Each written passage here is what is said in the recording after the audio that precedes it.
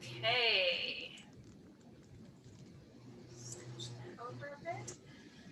All right, are we almost all back?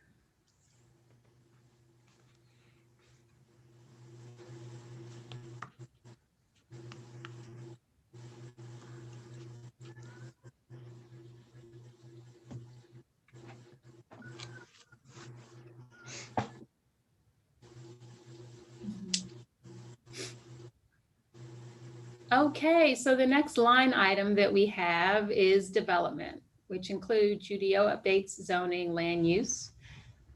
And the only thing that I moved over from our discussion yesterday was compile downtown related data from the strategic plan in preparation for the future downtown development master plan.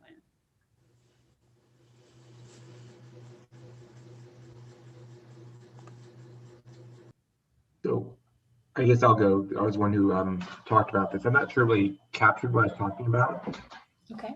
And I would preface this by saying, actually, I think this would be a very good time to talk about Commissioner Walsh's interest in kind of creating this, was it planning infrastructure? I don't know how you would refer to it, but the idea of these committees.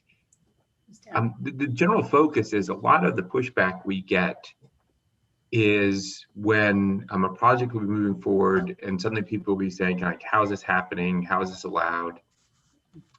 And at that point in time, we have a approval structure in place, and appropriately so in terms of allowing developers to know what the rules are.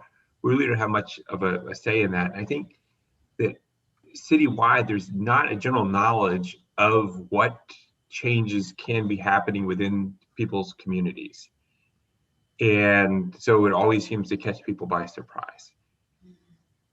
And just, I think that that's something that we should be aware of. And I believe it's that it can create some contention in terms of having a conversation about how much density is actually out there. So that's one of the conversations that I think we need to have. And it's not something we'll resolve here, but just as a commission, I think that Commissioner Walsh's idea of having some kind of standing bridge between the existing, us, the planning, DRB, Planning Commission, and the communities is something that there's a lot of value in. And then the bigger picture conversation I wanted to have is that, we added 5,000 people to Decatur over the last 10 years. If you look at our zoning and land use, we have the capacity to, I would think, add another 10,000 people to the city of Decatur. And as we do that, we're going to get a lot of pushback from the community, because I think many residents would be happy if there was not another development in Decatur at all. They're pretty happy the way things are. And when they see developments, they worry about traffic, they worry about parking, they worry about impact on the schools, quality of life. And as folks on the commission know, for me, public space, parks and green space are a really big issue. And so while we have the zoning in place and we have the land use in place, I'm not sure that we have that it appropriate that the plans for transportation, parking, the schools, and public spacing appropriately respond to that. And so that's what I'm really happy about the downtown master plan. But I think there is just a bigger conversation about it. It's something that when I was running for commission was a big conversation. I don't have the answers. I think that for me, it was important to raise that issue, to say that I'm grateful for the downtown master plan as a platform for having that conversation. But then also, I think it is about kind of transparency, trust, getting information out there, if you will, true information, truth, the three T's, truth, transparency, and I forget what the other one is already, because I'm blabbing on a little bit. But I also want to say, I think that this is a good place for Commissioner Walsh to kind of expound upon what she was talking about and getting the community more engaged so they're less surprised when things happen. If that's the appropriate way of saying it. Thanks, George. I appreciate you opening up the conversation to also so that I'm not the only one mentioning that one component of it, but the linkages are many. And I don't think we can have a conversation about development, zoning, land use, and planning without getting back to the community. And this also links inherently to affordable housing, because I don't think there's a conversation to be had about any development or housing without us talking about affordable housing, not only in Decatur, but in Atlanta. And so, you know we need to tackle issues beyond inclusionary housing ordinance, the many things we talked about earlier that may touch on zoning and in fact densify places that haven't been just like that before, whether it's duplex, triplex, small multifamily. Those are just examples. But how do we empower the community to be more a part of those conversations, understand them more deeply, and help make decisions around that future? So I think this is a great way to look at building that relationship, which could be these, the only word I have is the neighborhood planning units, but whatever you want to call them, I think there's some infrastructure there that can get us to a deeper place of understanding. And it also meshes well with our stated need for more community education as well. It would accomplish some of those goals, I think, by having more residents involved. But I just don't think we can do one without the other. And we need to consider how this could be an investment in a future where we will welcome more residents, we will have more development, we will have more redevelopment, and we want to, align with our strategic goals about growth, smart growth that's sustainable and maintains a high quality of life for all of our residents.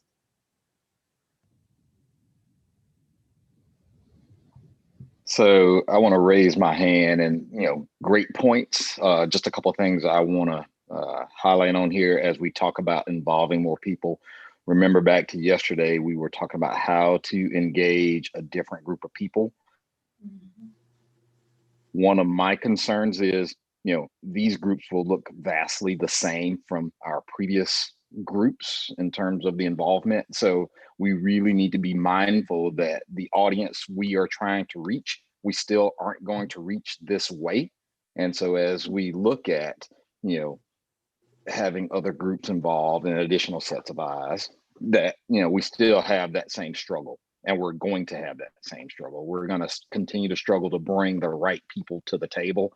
And we have to be uber intentional with, looking at all groups of people, not just the folks that immediately say, hey, I want to be involved in this. I completely agree with that. That is an intentional action that would demonstrate our commitment to equity. How we choose to involve people to have a voice in the way that we plan for the future is absolutely 100% a way that we can demonstrate equity instead of just talking about it. So I completely second the comments made by Mayor Pro Tem Bowers. Yeah, and I would just echo that too. I think that there is a sense that the way, and it's not just Decatur, the way that community engagement is structured across the country, it's people with capacity, people with time on their hands, people with the flexibility to engage who are able to engage. And it's harder to engage other people. I mean, sometimes it's literally going door to door and handing out flyers, and then recruiting and finding some people to do that. But I do want to acknowledge, and I think that is a goal that we can roll into this. I mean, if we are going to create this infrastructure, how do we do it in such an inclusive way? But I do think that exploring the creation of some kind of infrastructure gives us a platform from which to do so. And I will also say that I am completely open to other ideas for how to do so. I think that our intent and the goal is to engage and educate and give residents a sense of control over where they live. I mean, not total control, but some kind of control. I think we all feel we're in control of nothing nowadays with all the chaos that's happening. And I do think, Commissioner Powers, that you were right. We need to be very intentional for those who historically have had the least amount of power and control in those decisions. So I may I agree ask with a question? everything that's been said up to now. I appreciate it. So just a question. We're talking about all of this in the context of development and what that means to me. I think I'm kind of missing. We are in a position whereas recently a lot of feedback has come back where, you know, when we're talking about development, community members just simply say there's just too much. There's just too much of it.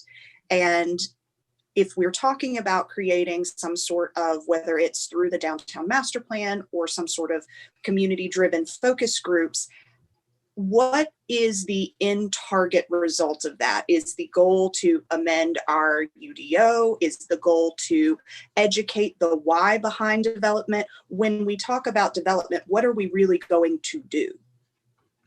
So I'll jump in, and I know we have, I mean, staff obviously is way at some point in time.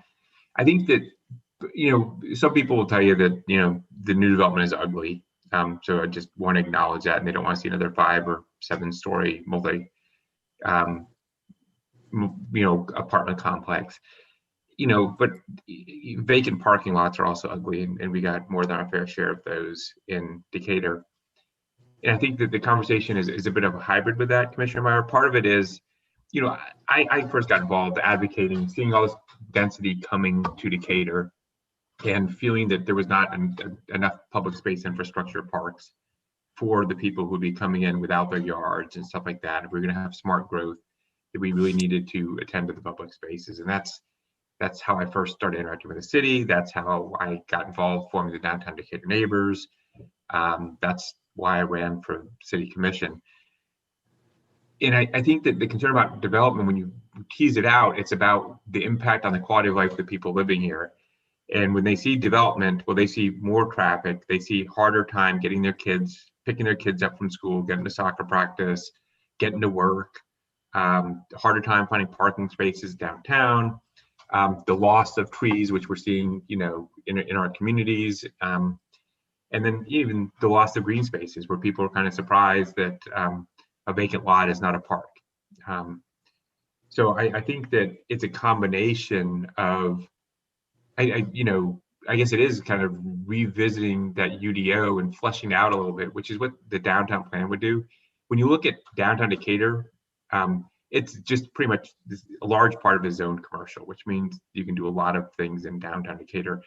And there's a lot of flexibility within that space, which is good and could be appropriate within certain areas of downtown. But like when we were talking about East Decatur Station, and there is, you know, we did a, oh, come on, George, whatever the ARC, Livable Communities Initiative grant, we have a plan for it, LCI, yeah. And there's a call for parks and green space as part of that. And yet, I don't know if we've committed the funds or acquired the land to have the parks and green space that are there. And, you know, so if then we allow the development of that to take place, and perhaps there's some land use restrictions on there, and I'll have to confess ignorance. You know, you could have the development without the parks and green space that were in the plan. At the end of the day, then our constituents are going to say, well, where's that park you promised in your LCI plan? I don't see it. And so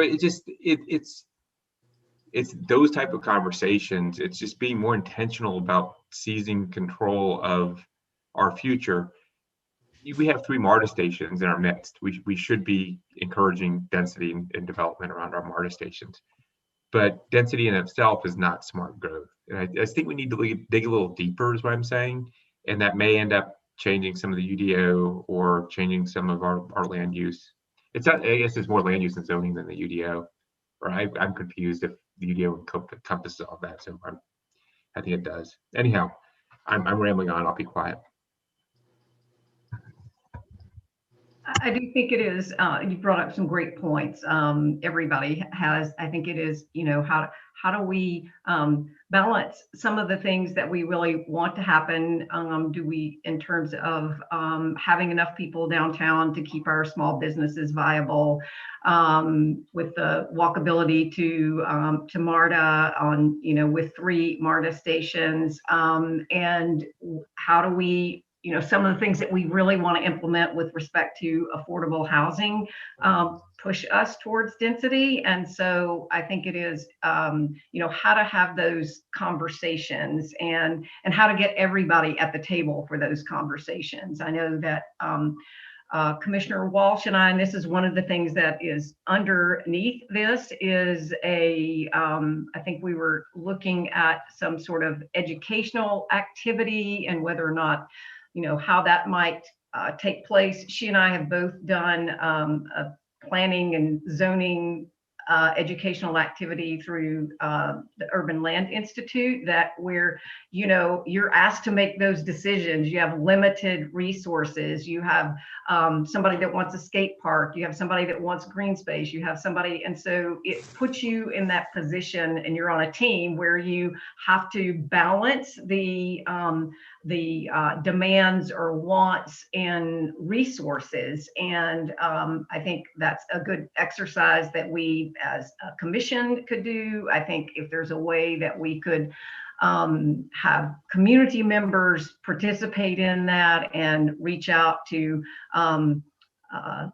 as many groups of people. And, I think one of the things that has been, I think, hard during the pandemic, during the strategic plan, is that we normally reach out to some of our older population with specific sessions that are in person, and because they may not be computer literate or even have a computer. We've done, they still use the telephone tree to find out information. And so I think that has been a challenge with this year's strategic plan, is how to get some of the older voices that are really such stalwarts of our community, and to get their voices to the table. So I think we're kind of back to that communications piece, but I do feel like that having some educational kinds of opportunities where there could be this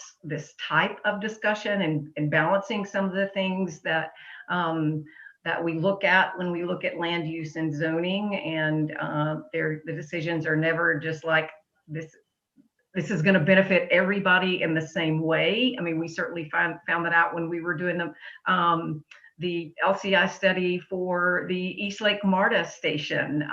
It is, again, we think density is great. It needs to go around the Marta stations, just not my Marta station. And so I think how do we bring the public into the sphere of having those conversations, but also recognizing that there are large pieces to the puzzle that are being weighed as decisions are being brought forward, and that there may be people that are unhappy with the decisions that are made that benefit the common good sometimes, I think. And that's, how do we balance those types of decisions and activities? So I think we absolutely need to have these discussions and feel like, since I know we want to move forward in some way, that from today, maybe ask the staff to investigate ways that we could implement some sort of either both educational and input sessions for the public, or come up with some sort of idea of a structure that would allow for community input and exchange of information. I think that's good, and that would be, sorry, what Commissioner Walsh was saying. I also think we need to figure out how to mitigate the negative impacts of development on the quality of life for our residents, and kind of have a plan for that. And that goes back to the traffic. That goes back to, there may be no concerns with the schools. I honestly don't know, but I hear a lot about that. Pedestrian safety, the public spaces and the parking. I mean, as I said, there's a strong case to be made that we should have density because we have 3 MARTA stations in our jurisdiction. If we are going to do that, how do we keep people And one of the biggest challenges we have is we have a railroad track that divides our town in half, and there are only 5 places in the city of Decatur where you can cross it. That has a tremendous impact on traffic and quality of life for people. And I know we've been very intentional about trying to improve those crossings, but it's still, I hear more probably about traffic than I hear about anything else. And I think that it's important for us to look at how we mitigate the impact of development on people's quality of life. And it's more people, more cars, more kids in schools. So what do we do about it? And can I? Okay, please go ahead. I'm sorry. I just wanted to add, because now we're hitting my passion zone. And while we're doing that, we also need to acknowledge how it's affected the quality of life of long-term residents who no longer can afford to live here and how they're being displaced. So I think you take them both, because, I grew up here with generational families, and those families don't exist anymore. And to me, that is one of the reasons I ran for office, because we're losing the diversity that this city has maintained for a long time, and we don't have that. And we really need to take a hard look and acknowledge that and start figuring out some of these other discussions here, because I think that's going to drive, for me, a lot of this discussion.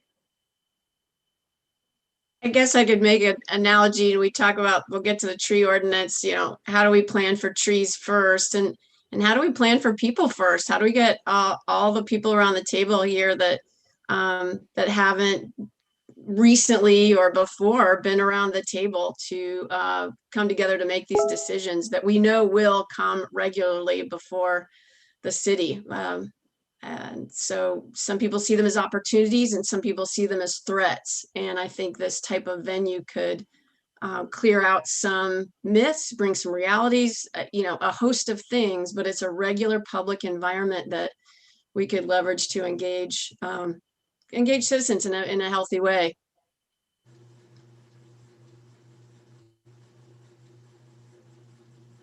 All right, I'll jump in, and also in the interest of time, first of all, I want to say that you got me really excited about this. You have done an excellent job of describing, taking really from last year what I think we were running out of time, and it just sort of the topic just made its way to the grab bag at the end of the day. And now that we've had time to really flesh this out, you've given me a much clearer picture of what you're trying to achieve. And it looks like, there's a whole lot here.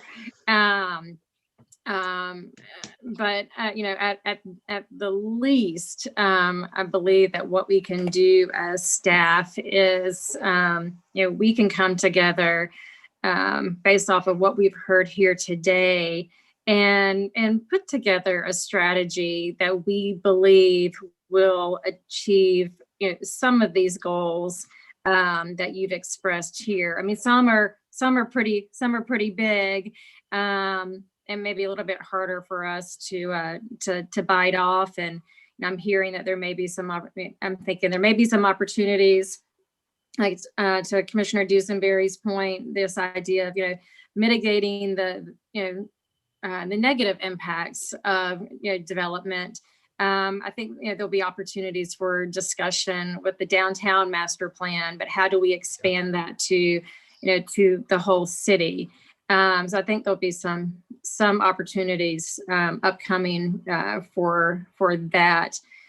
So let us as staff take what we've heard here today and come back with a strategy. If we can put Q2 on there, that might be a little bit late. We may be able to do that a bit sooner. I've got some ideas. But I think we always walk out of here excited and wanting to do everything Q1. So let's just set that for a Q2 goal. And I think we will need to continue this conversation. But I think we can at least have a first run at this in the next 3 or 4 months. We've just had a planning lab. I really enjoyed also just people coming and hearing the values and the experiences and the perspectives. I thought that was really good. Mhm.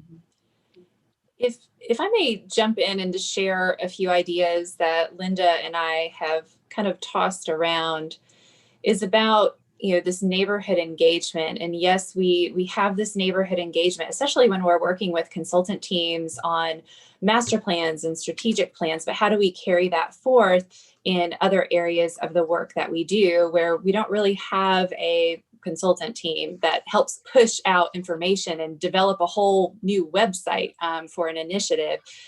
And so, you know, as we look at this, you know, communications audit, and then ultimately a brand new communications strategy, is building in what those procedures would look like in terms of neighborhood engagement.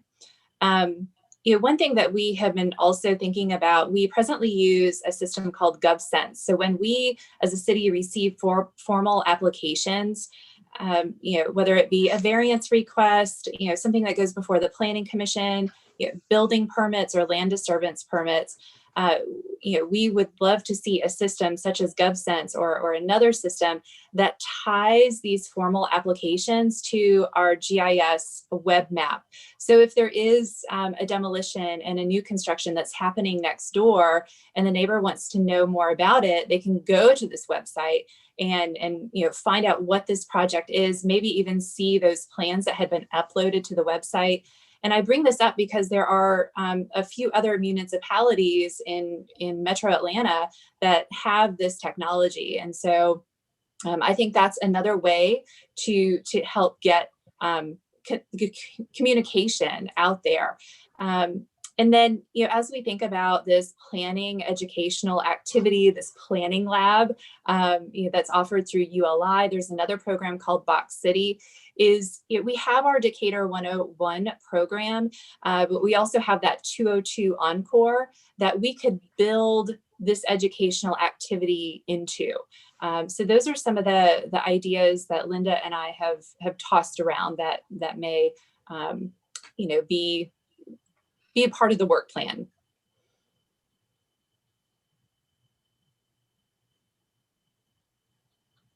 Great.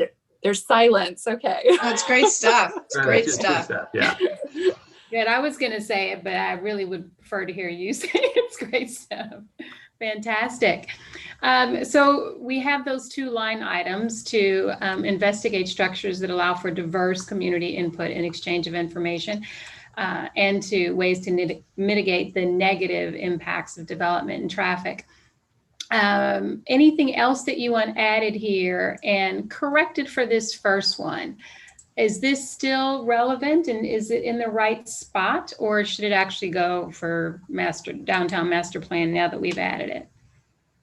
Compile downtown related data from the strategic plan in order to prepare for the master plan? I'm assuming that's something. It's still applicable, yes. Okay, and it's applicable as master plan or development?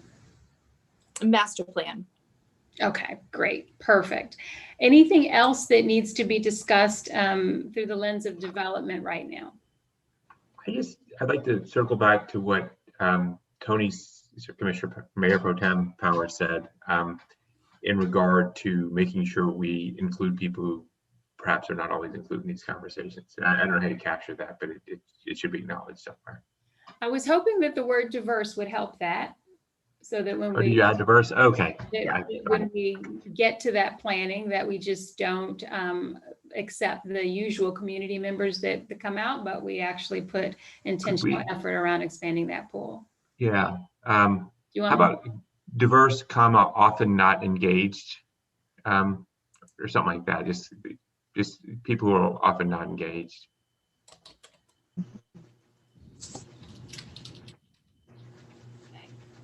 Okay. Great. That doesn't quite be wordsmith it later on, but All it captures it. That's good. We get the gist of it. Okay, good. All right. Ready to move on? Okay. I feel like that's it, but all right. Downtown master plan. What else needs to be said? Just the Q next to it, I think. Okay. I'd defer to Mr. Redgill.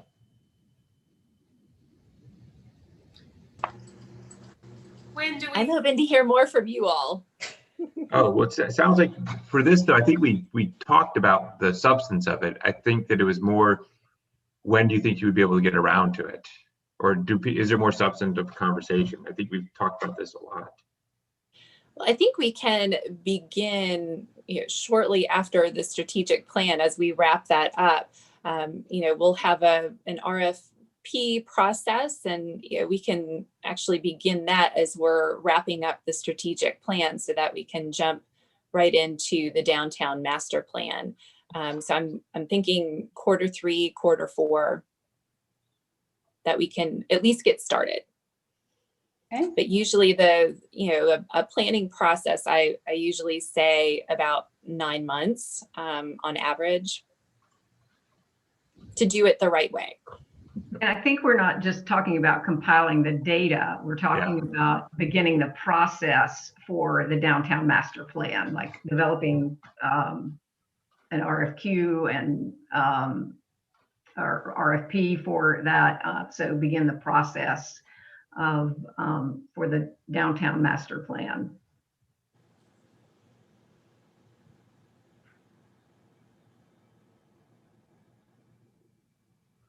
Would such a plan include an economic development piece? Yes, it would. There's many different components to a master plan. Traffic and circulation, pedestrian enhancements, the architecture, economic development. There's a lot that gets wrapped up in that.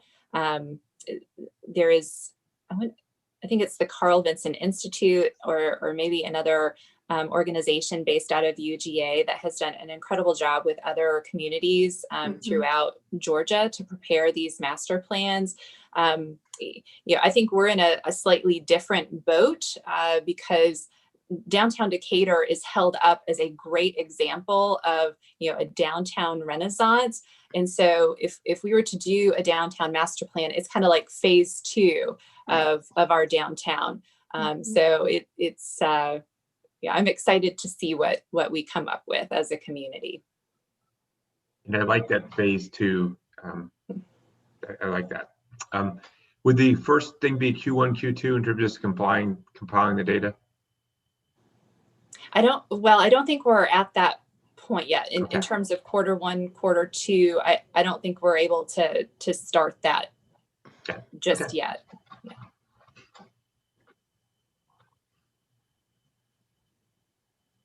Oh no, did we just lose Kelly? Oh. Okay. I always You're come back. Internet. But I heard, would it be Q1, Q2? Q3, Q4.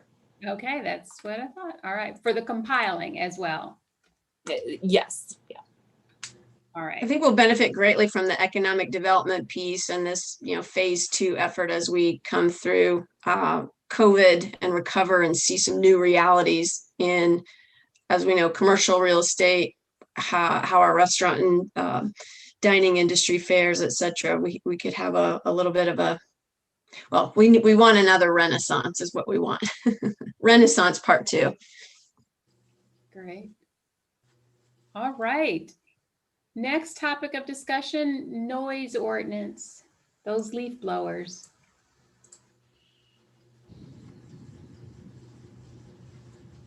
I'll jump in and say I have received a number of emails and input from residents concerned about the use, particularly of almost commercial size leaf blowers and I forget what it's called, the gas 2-cycle powered engines that are extremely cause a lot of pollution. And I know that there's some other communities that have looked at other either restricting times that the blowers can be used, and then phasing into requiring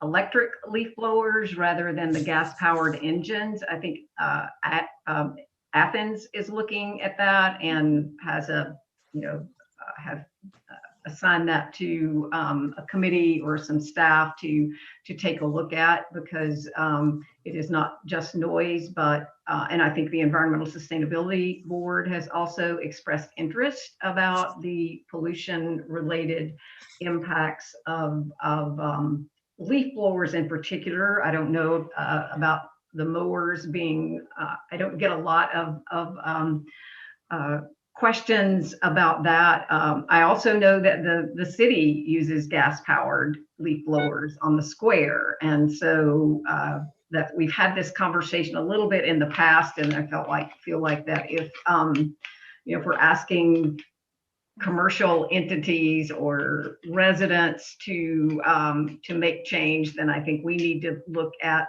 phasing in different blowers that we use in public works. So I'll open it up for additional discussion on the part of some of the other commissioners or staff, just to see what your ideas are.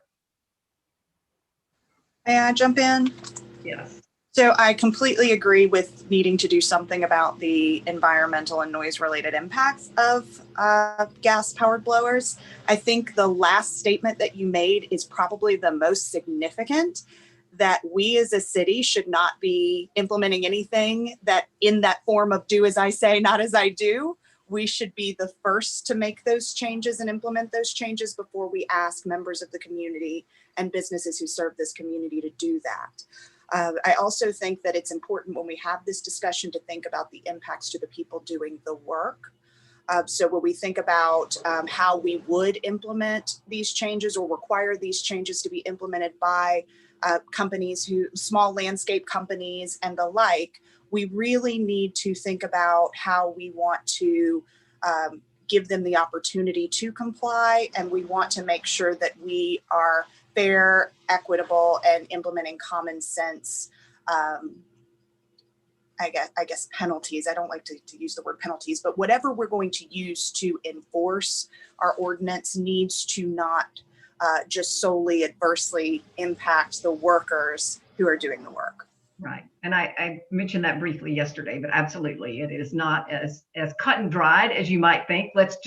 It makes sense. Let's do it. I think we have to look at it from the perspective of the people that are using those, and especially the smaller companies, and that it might be more of a financial impact and phase something in or do something that, and I know Ms. Arnold and I've had this conversation some, so Yes. I'll see if. Yep.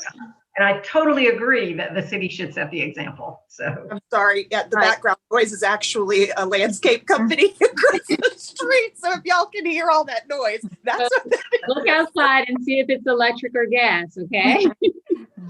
One thing I'd like to add in this conversation, definitely with the phasing in, but definitely looking at the time. I think a lot of the emails that I have received have been more related to the time.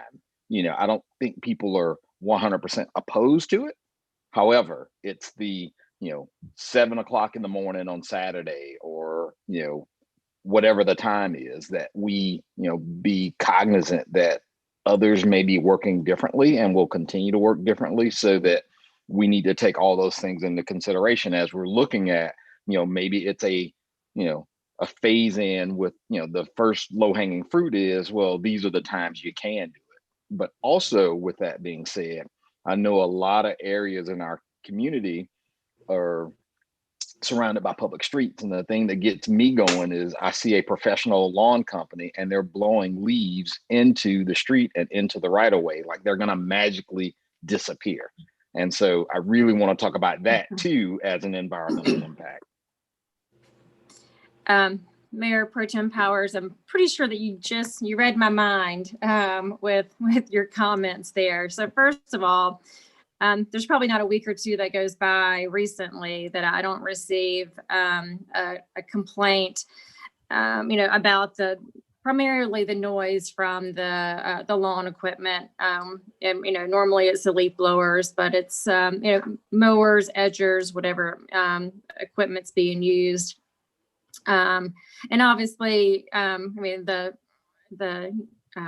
this work has been going on for years, but obviously now with more people working at home and trying to take conference calls at home, lead meetings, kids are trying to concentrate on virtual school. So I think it's just the issue's just been exacerbated. So most of the complaints are from a noise perspective, but I really think it's important that the city take the lead, from the environmental perspective, and just the environmental, just the air pollution, generated from some of this equipment. And my, cursory, research of other communities, most, or actually all, from outside of the state, there is a fairly lengthy phase out. Normally, it's a fairly lengthy phase out. In some cases, there is there's a cost to the community associated with it, in terms of credits or rebates, and assisting people to make that transition from the gas powered to who are they're purchasing the electric equipment, and and there, again, that may be an option. So but I do think that something that we could do fairly quickly is having some sort of regulation over the the time of day. So to Mayor Pro Tem Powers' point, that there could be some sort of phased-in approach. And this is already on the work plan for our new operations analyst. And so I anticipate the research and again, we'll do it the right way in terms of doing the research, involving the community in the solution. And I think that will take a little bit of time. And so with that, I would say we can come to you with a recommendation in Q2, Q3.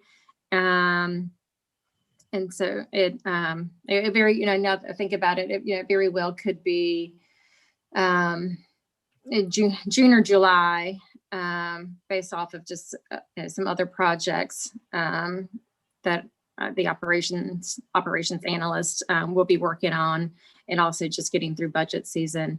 But I think this is something that we can do. But again, understanding that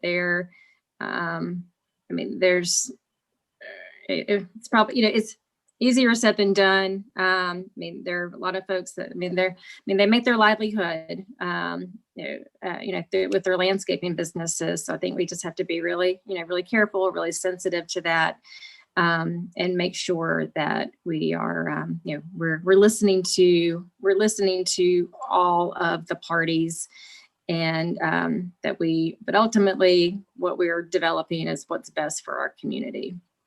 If I may jump in just one thing, from the downtown residents' perspective, and like they would blow the leaves in the CVS parking lot at 11:30 at night, and when you're living across the street from that, that's not particularly pleasant.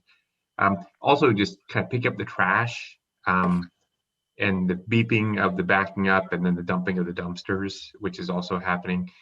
If as we're looking at the time constraints, I think that's a good way to do that just in general. I would like for us to see if there are opportunities to not have those types of activities happening between maybe 10 at night and 7 in the morning.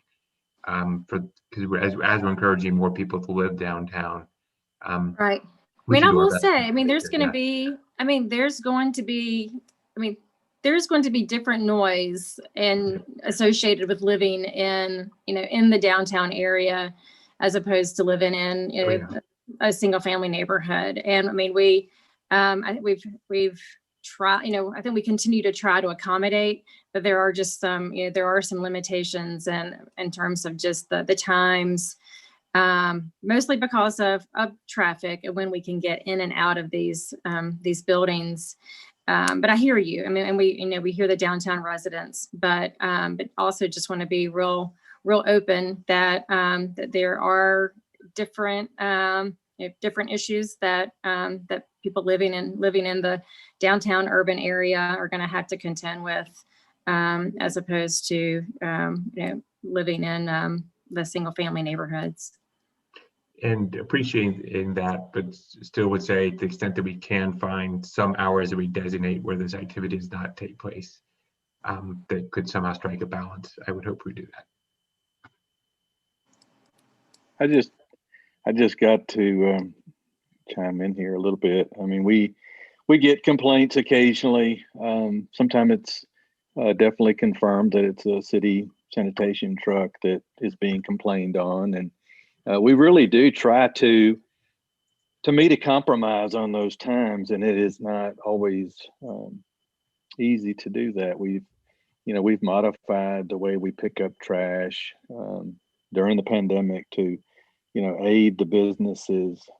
I'm sure you all are aware of the way we've modified the work we're doing on East Court Square to try to work with those businesses on creating a more viable outdoor dining experience. And so that required us to change the way we're picking up trash there. But traffic has a tremendous impact on our ability to do downtown garbage collection. Once traffic starts to pick up, as you all I'm sure have seen, in front of Noodle there, where the trucks are blocking the roadways, and which impacts traffic in that area. So, and then it's not always city vehicles. Obviously, in Decatur, we operate in a competitive sanitation market, so outside vendors come in and pick up. And so, in as much as we're trying to be conscious of hours of day and impacts,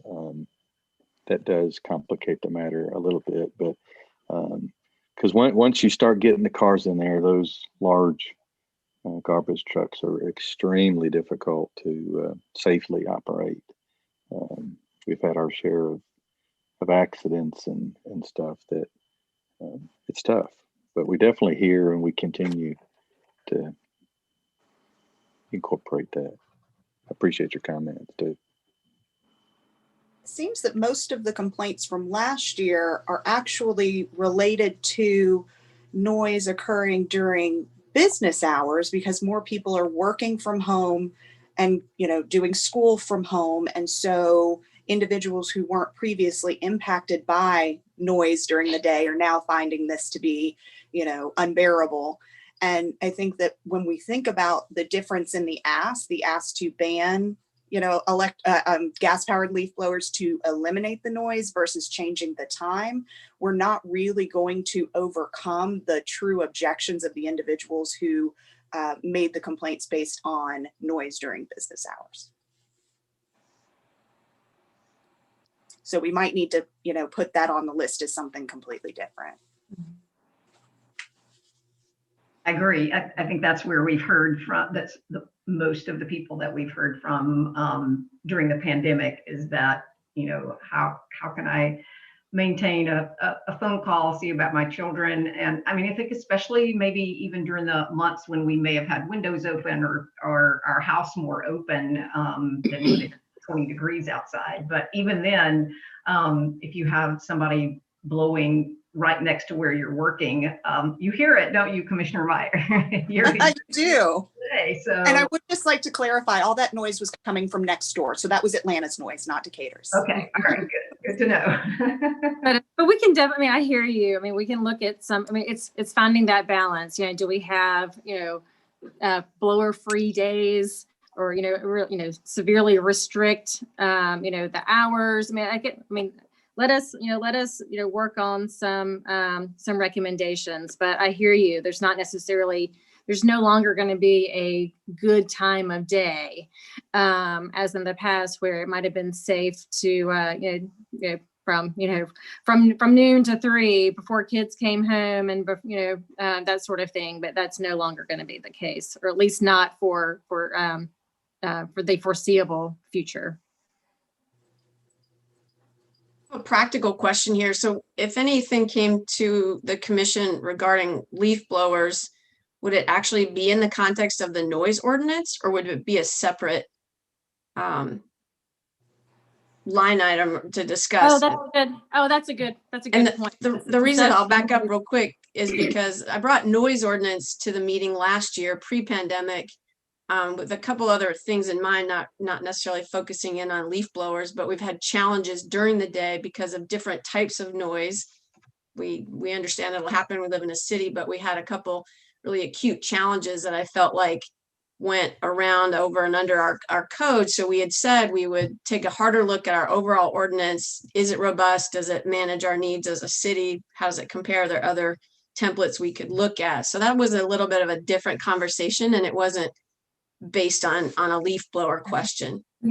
That's a really good point. So I would see the recommendations about the lawn equipment to be will most likely be separate from the noise ordinance itself. I mean, I think we can put as a secondary step is I mean, a broader review of the noise ordinance. That would be a little more time consuming, and I'd put that out Q3, Q4. But I appreciate you raising that. That is we even as staff we have said that the noise ordinance needs to be at least revisited, reviewed, and then determination made. But that will not preclude us from making a recommendation about the lawn equipment. Okay, so then I'm hearing that I'm just separating it. And tell me, would you like lawn equipment on a different line item altogether? Because we could do that. Yes, I think that makes a little bit more sense because it is beyond just the noise ordinance. Okay, great. All right. We needed something in Q4, so there we have it.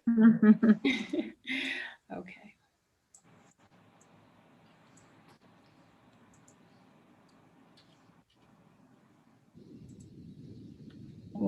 I think we got this reversed. Yeah, that's reversed. Yeah.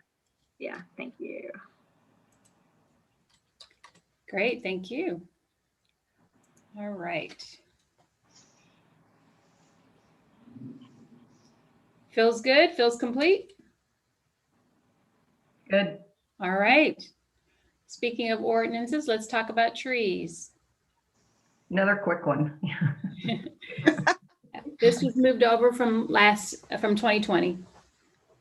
Yeah, We're ready. Yeah, we're ready. Earlier this year, some members of the local group Save Decatur's Trees asked for a draft from Mr. Saxon of the revisions of the ordinance to point and date and time. So point in time revisions. And I know that many of them looked at it and had some very specific concerns about the changes. So I have an ask. I feel like I always have an ask though. So I think that the individuals who are really passionate about the changes in the tree ordinance have the main concern of the fact that our tree ordinance is canopy based and not necessarily value of trees based.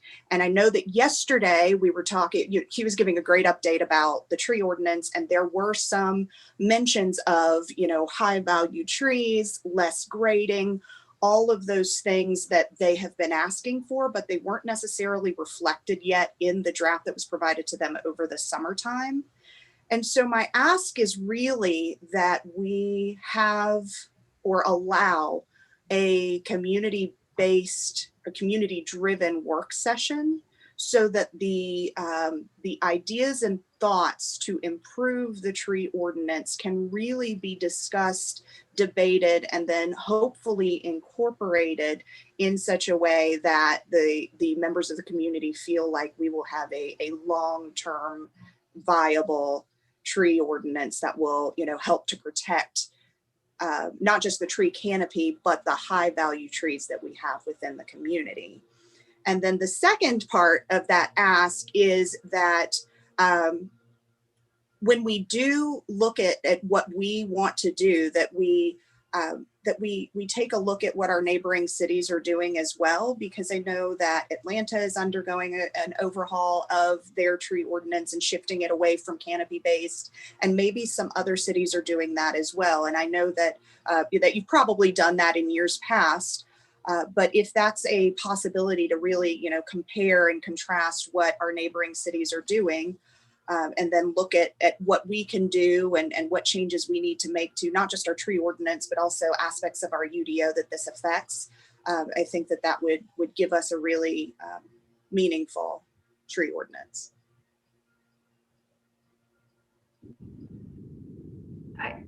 It's my understanding it's maybe not an either or in terms of not just high value trees, but the overall canopy also does make a difference, because I think what I have read in some of the other ordinances that have been looked at is that there is concern about like what counts as part of that canopy, and I think that's what Mr. Saxon was talking about, using the Environmental Sustainability Board to look at those overhead pictures and see which are actually trees and which might be more like scrub brush or something that is showing up as canopy but is not really canopy. And I know there's some online tools that help do that. My former daughter-in-law worked for Casey Trees in DC, and they've developed a number of models to use for looking at canopy. And so I do want to at least continue to look at what our overall canopy is, because that does offer some tremendous benefits with respect to heat island effects and that sort of thing. But to also look at some of the higher value older trees. So I just wanted to bring that out as sort of I don't see it necessarily as an either or, but a both and. Sure, and I think that older, mature trees that are considered high value would be the ones that would contribute most to the canopy. And so I think that when we think about canopy, we look at currently at the removal of trees and then the replacement of trees and how that affects the canopy. And I think that these individuals have been really prescriptive in what they've asked for. And I think the ESB also made some recommendations, if I'm not mistaken, a couple of years ago that were very prescriptive in their asks about high value trees, the reduction of the square footage on lots that are being developed for grading, maintaining soil health, because apparently that is incredibly important environmentally, and other factors like that the draft that was reviewed over the summer just didn't incorporate.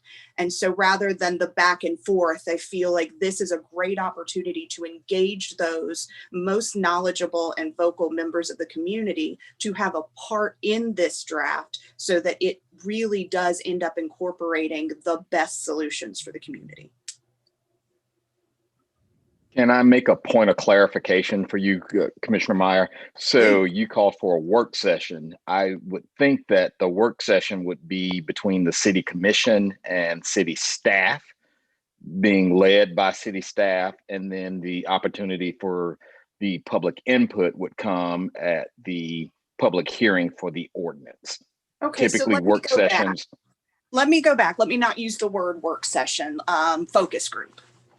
So, something on the front end that would allow us to incorporate the input of those individuals in the actual draft that then comes to the work session that then gets presented for public comment that is then ultimately put to a vote. Okay. So Yeah, I can wasn't, jump in. What I would encourage, sorry, I think I agree with what Mayor Pro Tem Powers is saying. There's a structure and a system in place. I think the appropriate way to do this, and let me encourage Certificated Trees to do this, is you can have requests and petitions. So we have a section set aside at every commission meeting for people to do this stuff. And so I think that what you're proposing is a good idea, Commissioner Meyer, but I think that the appropriate structure, if you will, would be for them to get together and put together kind of a formal petition or what have you to present their ideas to the commission during that segment. And they would, I availed myself of that when I was not a commissioner. I'm advocating for parks, and I would encourage them to do that too. I think that'd be an appropriate structure and would accomplish the goals that you're thinking of. I don't disagree with that, but let me push back on that a little bit, because we use consultants for a myriad of things, right? To help our city staff get to a point to where they are able to draft, whether it was the stormwater master plan or whether it's we tend to use consultants for all of these master plans. And so what I'm really asking for is not that much different from us using resources to help drive the work process. And so if we've got individuals in the community, and it doesn't necessarily have to be the most vocal members of the community, but individuals with this area of expertise who are willing to provide some sort of insights prior to that draft, or if the city would like to engage a consultant to help drive this process, I don't necessarily think that would be a bad thing. I think the bad thing would be us voting on a tree ordinance that doesn't have meaningful change just because it's a little bit better than the last one we have. That's not where I want to be. Where I want to be is voting on a tree ordinance that has a meaningful long-term impact in this community. I am no tree expert. I am no grass or grading or soil expert, but I know that there are people who are, and if we can engage those people on the front end, we can likely get to the end result that best benefits the community. And I think those are really good points. My concern is that this logic probably applies to a lot of policy issues. And so to the extent that we are setting precedent by, consultants are slightly different, that we pay them to do a certain task and they expand the capacity of what we're doing. But there are experts in planning, there are experts in zoning, they're experts in a lot of things. We do have the Environmental Sustainability Board, which has been engaged with this. We do have the petitions. I'm just, I think that, and this also actually goes to Commissioner Walsh's conversation about just engaging and planning just overall, and perhaps creating some more kind of permanent infrastructure to do this. So I see your point. I agree with a lot of what Decatur Trees has said, and I've weighed in and encouraged staff to please take those. And I think that your point about this goes to this bigger conversation we've been having throughout this retreat, which is people wanting to feel that their voices are heard, that they're given the opportunity to influence these plans as they move forward. I'm just, I'm not sure that we need to create a new structure specific to trees for this. Well, and it doesn't necessarily have to be specific to trees. This is just what we're talking about right now. And I will be the first to say that just because we've done something one way all this time doesn't mean that it's A, the right way, or B, the way we should continue. We've got to be open to being more agile in the way that we plan. We've got to be open to new ideas and new methods of the way that we do things. And if we find that there is a pain point in a way that we're doing something, let's open up the process and see how we can improve it. I'd like to take a turn. Oh, go ahead, Mayor. No, go ahead, Commissioner Walsh.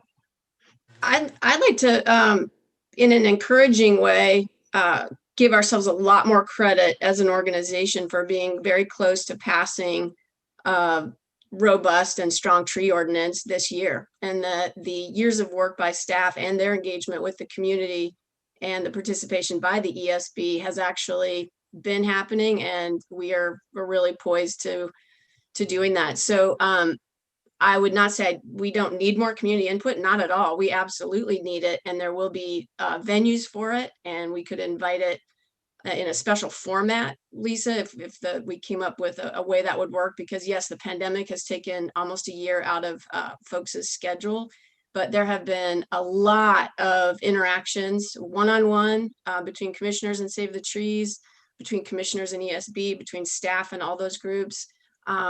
We had a level set, a great meeting at, I guess, Hugh, you remember that night we spent at the church across the street from Decatur First, you know, the work has been ongoing and they've been running a marathon on this. So I think we're closer than anyone may actually know to passing a good updated ordinance. So we're in the last stretch. So if we can take a deep breath today and just agree that we're in the final stretch, we can do it this year, and there's smaller gaps to fill that we'll recognize and we'll get public input on it. But I don't want to take steps back. I think we're very close. And the work session Kay offered us in 2019 was one of those big milestones too. And it is, 60 minutes was only half the amount of time she needed to get us caught up. So if you haven't seen that work session as well, it goes in a deep dive about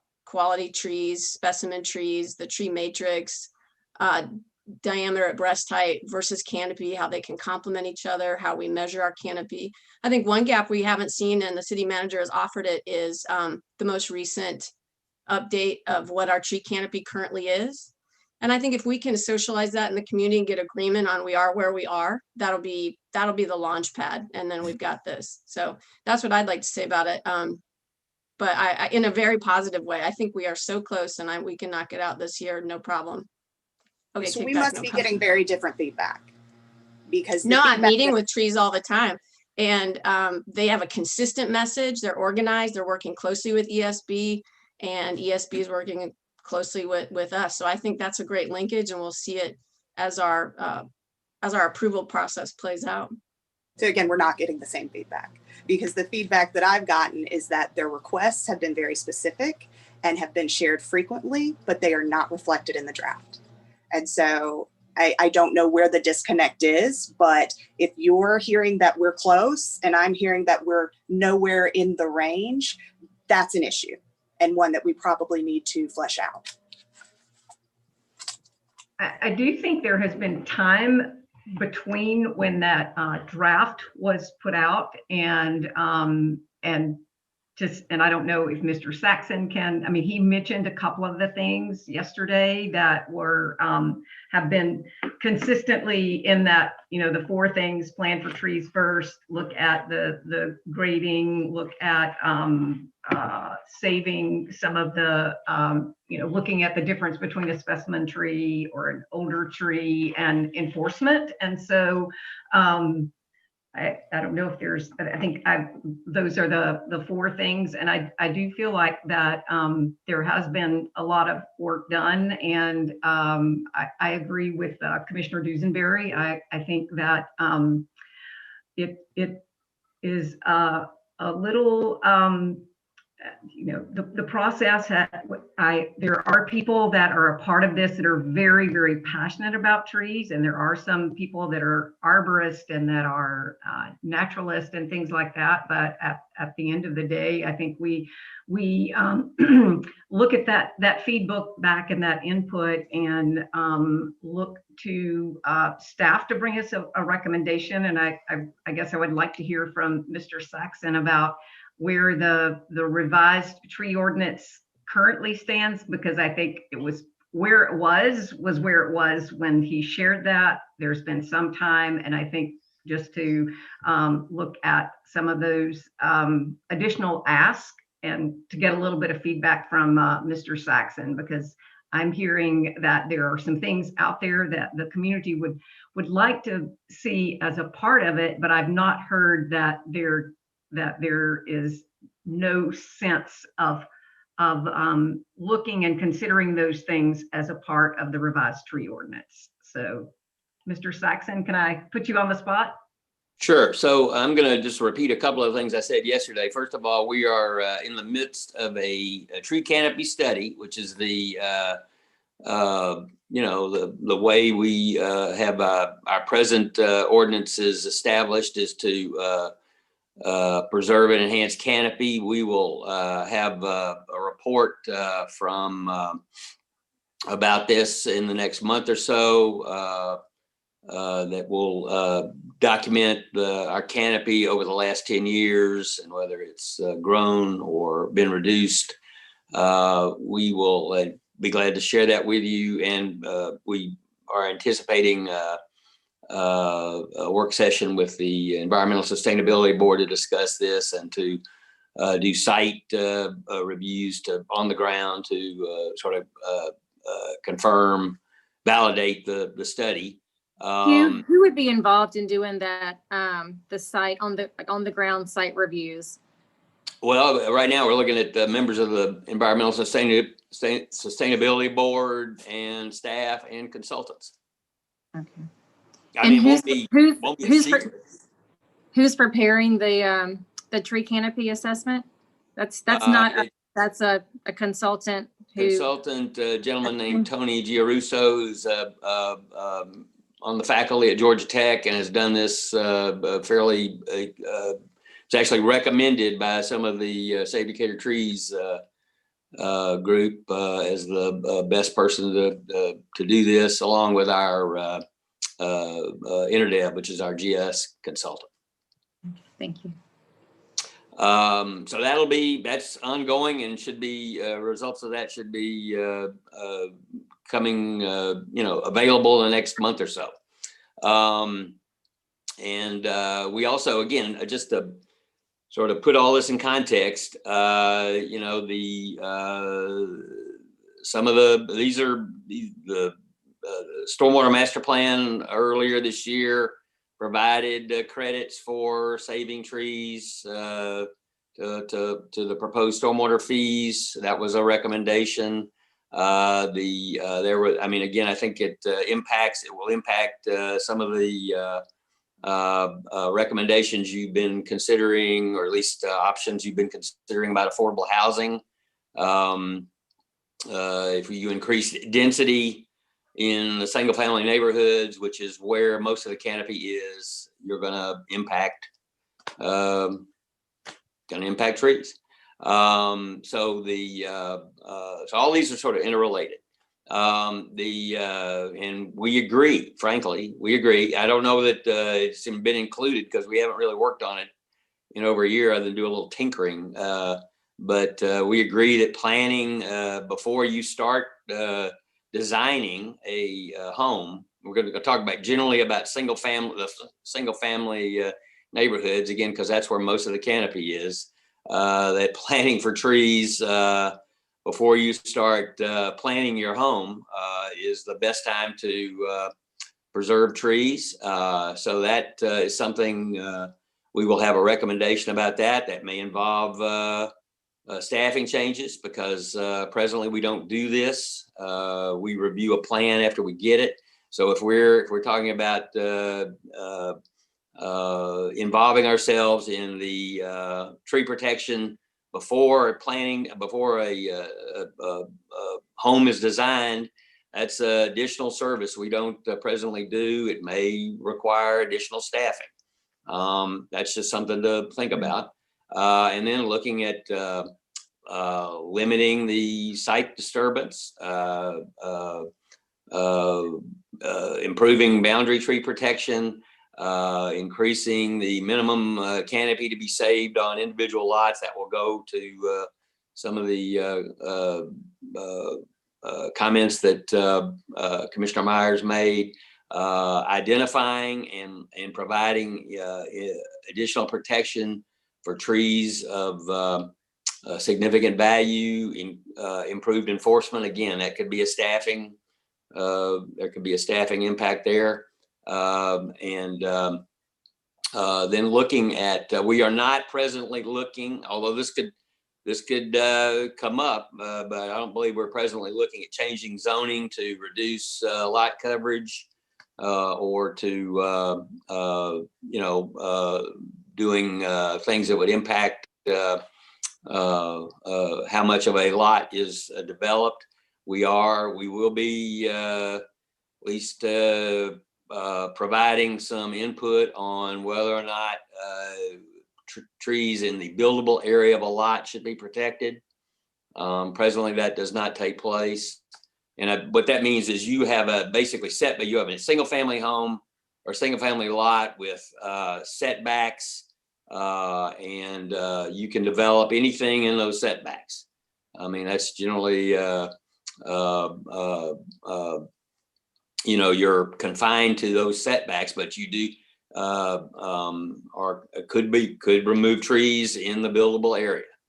We also have an option now in our present ordinance, which I think we're looking at changing, is the number of trees that an individual property owner could remove annually or every 2 years without, having to comply with the ordinance. So again, those are things that we're looking at changing. I don't know whether that will address everybody's concern about it. I think we all are, if you just look outside your window, you can see that for a long time, trees have been important to the character of the city of Decatur. And we believe that as well. I mean, we're not ignorant of that. We've had a tree ordinance for many years. We think it's been reasonably effective. Certainly it can be updated to provide additional protection. But we do believe in the importance of trees in our community and the value that they have both as an amenity and more recently in the impact they could have, the mitigation they will have on climate change. So again, these are all things that we will be considering shortly and bringing to you for your consideration. And I appreciate all of that, Mr. Saxon, and I'm sure that a lot of that is what's being asked for.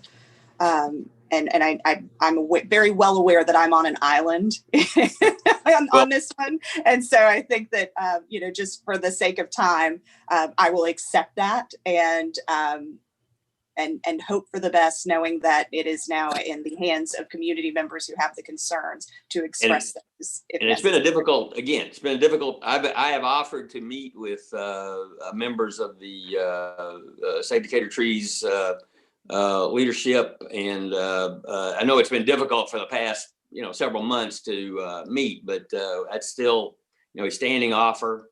And we're available really almost at any time to have this conversation. Well, that means a lot, and I think that's really important. So thank you for continuing to offer the accessibility to the individuals who would like to discuss these issues with you. And just, if I can make one question, which may address some of the underlying concerns, could we take a month between when we have our work session and when we vote on something, so that will give more opportunity for people to respond to what is presented to the commission, and more time for us to digest it and perhaps incorporate some of their concerns? Are you talking about generally or just for the tree ordinance? Just the tree ordinance. Okay, well, I mean, we don't, again, it would be, that won't, I certainly have no opposition to that. The tree ordinance, I think we will probably have a lot of conversation, may not be with the city commission, but I think there's a conversation with the community that we'll be engaging in before we bring you an ordinance. But that's something that maybe Andrea we could factor into this. It's a difficult, believe me. These are things that they are very difficult.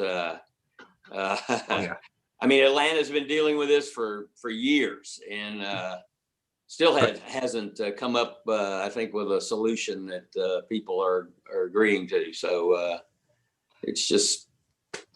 I agree with you fully, Mr. Saxon. It's not easy, and that's why it's taking so long, and that's why we're having so much conversation here. I just think for the opportunity of transparency and perhaps for the comfort of some of the commissioners, just giving us a little bit more time than the normal 2 weeks, just make it a month for us to kind of digest it and get our questions answered and feel comfortable. And to your point, it will be impossible to make everybody happy, and I understand that. I hate to bring it, but there is another side to this as well. Again, the last time we considered our tree ordinance, there was quite a bit of concern expressed from the homeowner community, the development community. So again, that's another thing you have to sort of factor in. Yeah. I'll attest to that. I will I was just gonna say, Yeah. I mean, I hear your Commissioner Dusenberry about, having a month, but I also think at that point, we're still kicking the can down the road. I mean, we've all individually had a ton of time to digest this. And I think once the discussion gets started back again in the formal format, I don't know how differently many of us will feel in a month. I mean, I think we have everything on the table, and I think we've been as transparent as we can be with this whole conversation. I just, I can't say that a month later I'll feel any differently. No, I don't know what's in the tree ordinance. Perhaps I should. And so I was just saying, I assume that we're going to be presented what's in the tree ordinance and what's actually being proposed at the normal way we do this. And again, I'm still relatively new. We have a work session. This is what we're planning, like we do with stormwater, and then we can gather thoughts and say, hey, what about this? Hey, what about that? And I'm just saying that, I mean, if there's a tree ordinance that's there now, give it to me and I'll start the process now. And then we won't need a month. But if I get the tree ordinance for the first time, I think it'd be helpful to have a couple more weeks just to digest it and get comfortable with it. And is the timing for that, the tree ordinance is still expected Q2? That would be my proposal. Okay, and then we can put it up for adoption by Q3? Yes, ma'am. Okay. Can I ask one quick question? When we look at the canopy study that's brought forward, I think a lot of times we also get some sort of comparison from the arborist in terms of trees lost and trees planted. And a lot of times there is that comparison of trees lost due to disease and storms and that sort of thing. So I think that's another piece for us to be aware of, how many trees are coming down due to natural causes, I guess, so to speak, versus trees coming down for development or for tree removal by individual homeowners. And I also, just as a point of discussion, wonder if we put permits out for a lot of things, letting people know when something's happened. Have we ever thought about putting out a tree permit and indicating that a person who is taking a tree down out of the allowed trees has a permit from the city? Is there something that's supposed to be displayed, or have we ever done that? I wouldn't be able to tell you. I don't think so, though. I mean, there's a tree permits are required. A permit is required for the removal of almost any tree in Decatur. Now, how that is, I think Kay's been marking the trees. I don't know that she's done a very extensive, community broadcast of information, but I think she's been marking the trees. I think with a sign that the tree was, reviewed. I've seen the ones that the city's taking down, but if I as a homeowner want to take a tree down and it's in my backyard and I'm taking it down, I should pull a permit for that, even if it's just I'm taking it down by choice. And I don't know that there's anything that lets people know that that's happening, or that I have a permit for it. So I just took a tree down and I had to put the letter from the arborist on my front window. So you just print it off and it's just on a sheet of paper. So maybe that that's something that's issued as a bright yellow sheet, just so that maybe it answers the question that the mayor just posed. Thank you for that. That's great. So there is something that is, and maybe you're right, if it's in a colored paper, it indicates that the city is aware that tree is coming down and you have contacted the arborist. Okay, thanks. Would you like me to include that, to investigate issuing a tree removal permit? I mean, we have them. It's just making the tree removal permit visible. Mm-hmm. Visible on the property, correct? Visible on the property, correct. All right. And I'll, if you don't mind for me to take one more minute, and I'll put this in the form of a report that we can provide to you all in preparation for the meeting. Had Kay pull some numbers for us, as we've done previously. And in 2020, 295 tree information permits were issued. 220 trees were removed. 72 were dead. 92 were untreatable diseased. 56 were unhealthy. 145 trees were required to be planted by owners.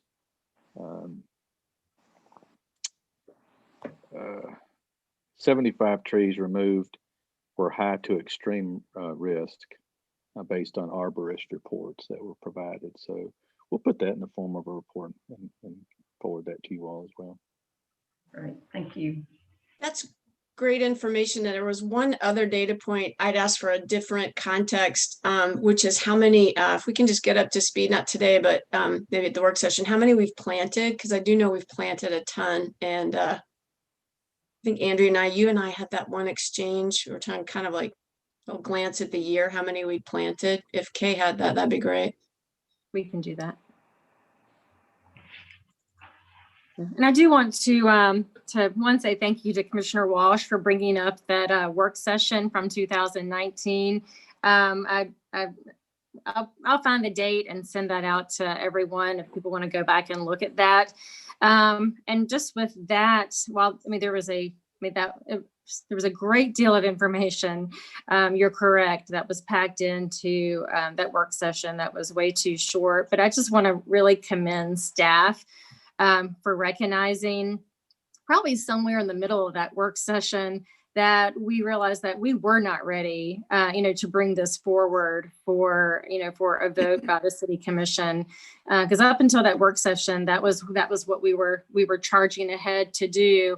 And staff recognized that we needed to stop, to pull back, to re-engage with the ESB, to re-engage with Save Decatur Trees, to bring in consultants, people with different expertise, and and just I think really, to Commissioner Meyer's point, be willing to to listen to the other ideas that were out there, listen to some of the concerns that had not been adequately addressed in that initial draft. So I think, unfortunately, there has been that created a delay, and then obviously 2020 created a delay. But I think what you'll see is that it's going to result in a much more effective ordinance, and ultimately making sure that we're stepping back, and we believe that we are developing an ordinance that is ultimately achieving what we believe is best for the community, as it relates to our trees, to the tree canopy, the impact on the environment, the impact on stormwater, with the recognition that this is we are not in the business of and this, we're not in the business of making everyone happy. There are going to be a lot of groups that are going to be upset with what is presented and ultimately adopted. And whether that is for folks that they're going to want to see it stronger, and other folks are going to be upset about the limitations it's going to put on what they can do with their own property. And just we're going into that eyes wide open. But like Hugh said, we believe in this. We believe in the value of these trees. And I think we can look out the window now and see the benefit of decisions that were made 10, 15, even more, longer ago than that. But we're not willing to just sit back and rely on those decisions. We know that it's time to push forward and do more than just, this is more than just a little tweaking around the corners is what you're going to get. Ultimately, it's your decision to make. But again, it's when it comes forward, I don't expect it to necessarily be easy, but just that that we have taken the time to be as open-minded, as flexible as possible, and really seeking seeking the science, using the science, using the information from the experts, relying on the data, so we can create something that it's truly, not in name only, but something that's really going to be effective. Thank you. It is about 12:11. Does anybody need a stretch break, or can we just plow through? If you need a stretch break, feel free to take it, maybe just 5 minutes.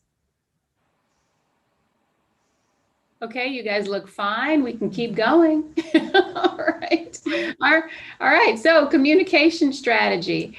I know yesterday, Linda, you talked about audit, the communication audit. And then I also just separated communication for a different line item too, because there was the comment that I think Tony was speaking to about communication, and Andrea addressed with having a fellow compile a new process for tracking and logging. But anything beyond that, the floor is open.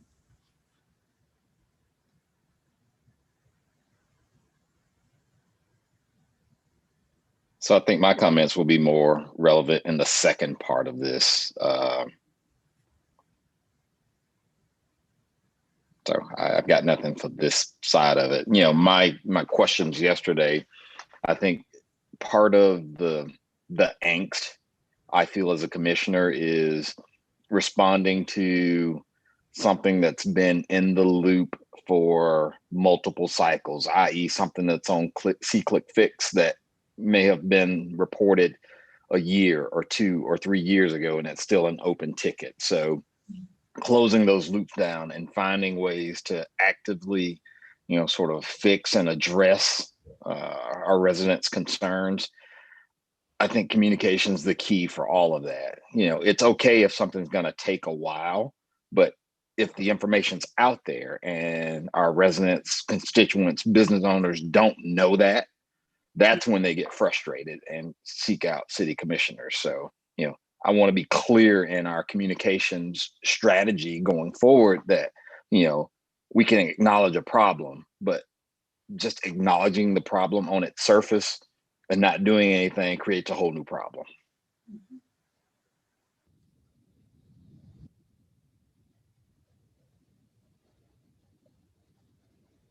I'll just speak up to Mayor Pro Tem's comments on C-Click Fix and acknowledge that deficiency of closing those tickets out. I've been in communication with John and Felix and solid waste, and we'll definitely develop a strategy on clearing out, open cases. I know that just a cursory review of them last night after the yesterday's session, and I know that a lot of things have been addressed. Solid waste, we address issues every week, and there's a huge number of those open cases that just need to be closed, that we've addressed the problem and they weren't closed. Some of them are things where we rely on outside agency or another agency, and they need to be verified and closed. And so definitely hear you and acknowledge that disconnect. And so utilizing and making C-Click Fix a better communication tool and automated kind of closing the feedback loop, I completely agree. So which brings me to my second point. The mayor and I were, and I can't remember if we were at GMA or we were at the Capitol, but there are other vehicles in place now. Is it time to look at a new system?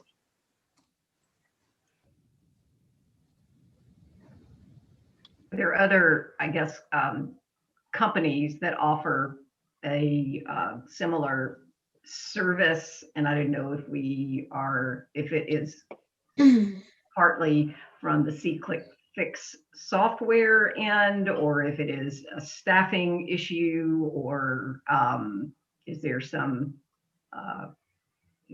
need to take a look at a different program that would maybe do some things more automatically. Yeah, but we have heard from a couple of vendors that have asked us, is there, are you interested in looking at a different program?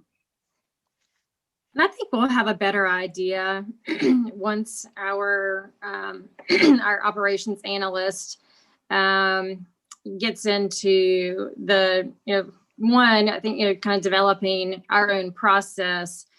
So this is, it's bigger than just, the requests that found their way to, to the city commissioners, but also, making that determination of, is the issue, is it with the technology that we have in place today? I don't want to switch technology, if the problem is, is our own internal challenge, and and if there's a resource issue, or again, I think there's some things that we can do, to just to analyze the the workflow, let's say, before we make a decision that the problem is the software. So we're going to let an analysis of the really of the workflow. We'll let that dictate any technology tool, as opposed to having the technology dictate how we do our work. But absolutely, we are aware that there are other tools out there. The same folks that contact you are quite often contacting us as well. And if we get to that point, we'll definitely we would go through a competitive process to see to find the best solution. And is the second quarter when we think that information and system will be created, by second quarter? I believe so. Yeah, I believe so. Okay. Great. And is there anything else we're missing in this? Because this conversation goes beyond see-click-fix, doesn't it? Or is it just about see-click-fix? No, I think it does. I think, again, not to, blame everything on see-click-fix. I think there are many cases where, there's a communication lag where, maybe it's a repair that is not a see-click-fix issue, but an external communication from residents or someone, and there's a system in place that, oh yeah, this is going to happen on X date. Well, that gets communicated internally. The communication never goes external. So the person requesting this information has no idea that it's been queued up and ready to go, and there's a timeline for it. And so they reach out to one of us to go, hey, what's the status of project X? And we've got to go send an email and wait on a reply to then ultimately send a reply. So, somewhere along the way, we've got to make sure that while it's communicated internally, what's the system for communicating this externally? Yeah. And I think that ties back. I think you'll see that coming out of the report from the communications audit as well. I know one of our conversations during the audit was about staff's focus on, just getting the task done and getting the job done, and either for a variety of reasons, not having as a step in the process, communicating that publicly, but just the emphasis being on getting the job done. And what can we do to provide some support within different departments to assist with kind of the more project-based communication.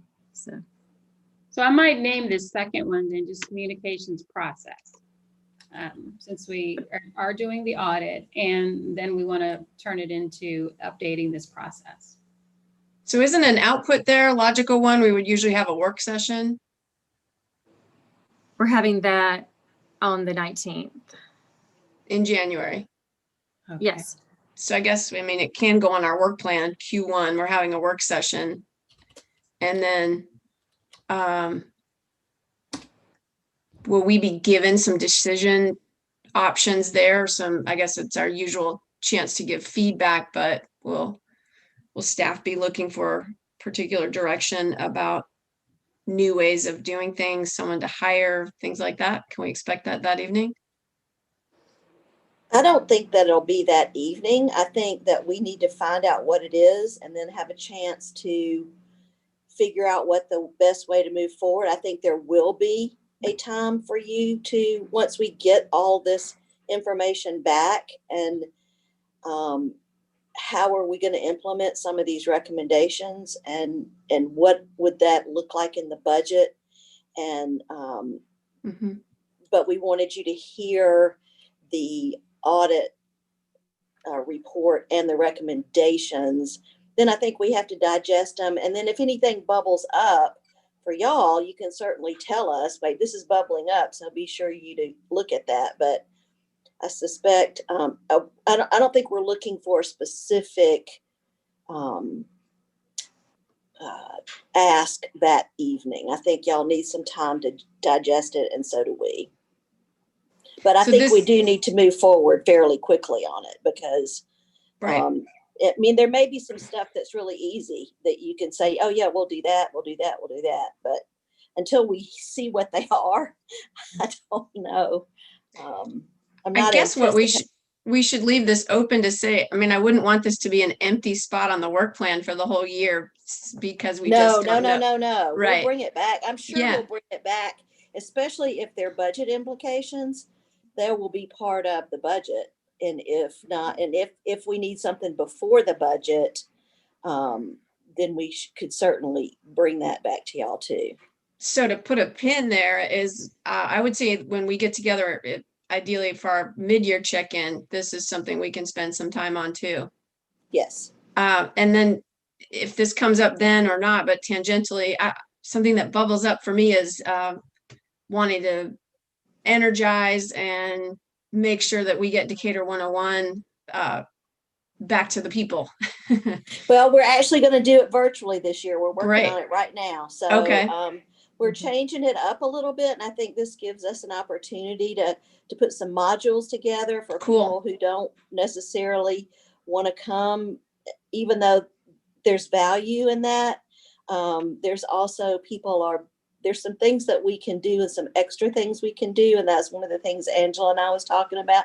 We're talking about some different ways we can enhance the program and also build. I mean, I've had people, I reached out to all the graduates to ask them for some input on going virtual. And I got a lot of great replies. And one particularly said, can I take the virtual class too when you do it? So I think there's a lot that's changed, particularly for some of these folks that took it 20 years ago. So there's some ways that we can look at, and we're meeting with the different department heads we've met to figure out technology, what we can do, but, you know, taping the history, doing things that would enable us to enhance it. So yes, that's definitely, it's time.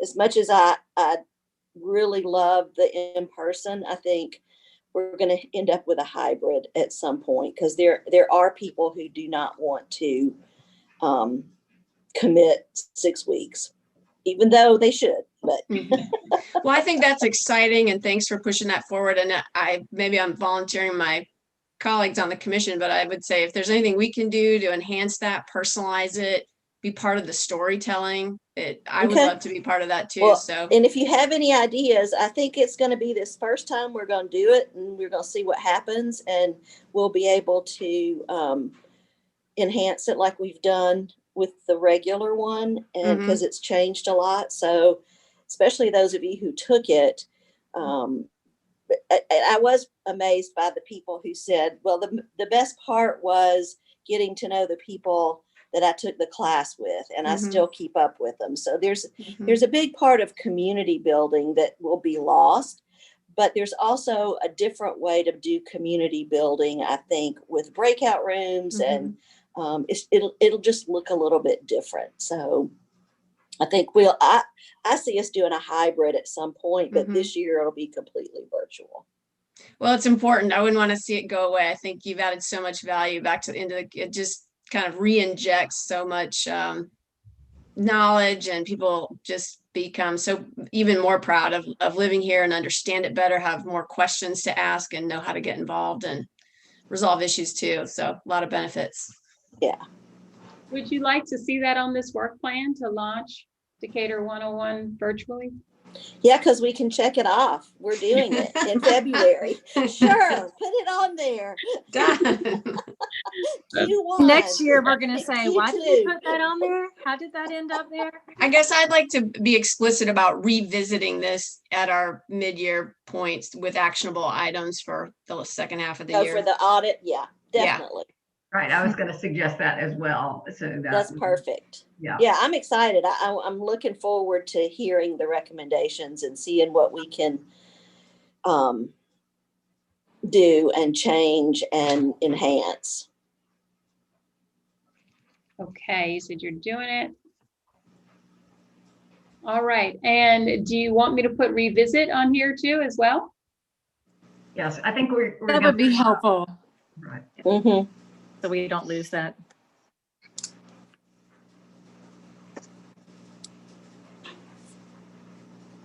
Let me see. And you said you wanted to do that, did I hear May, June? June.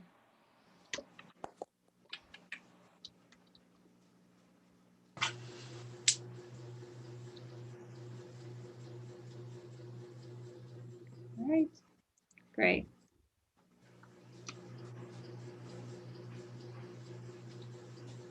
Okay, I think that's revisit rather than revise. thank you. Or we might revise, but Right. let's revisit first. Let's revisit first, right, before we revise anything. Revisit first, right. Okay.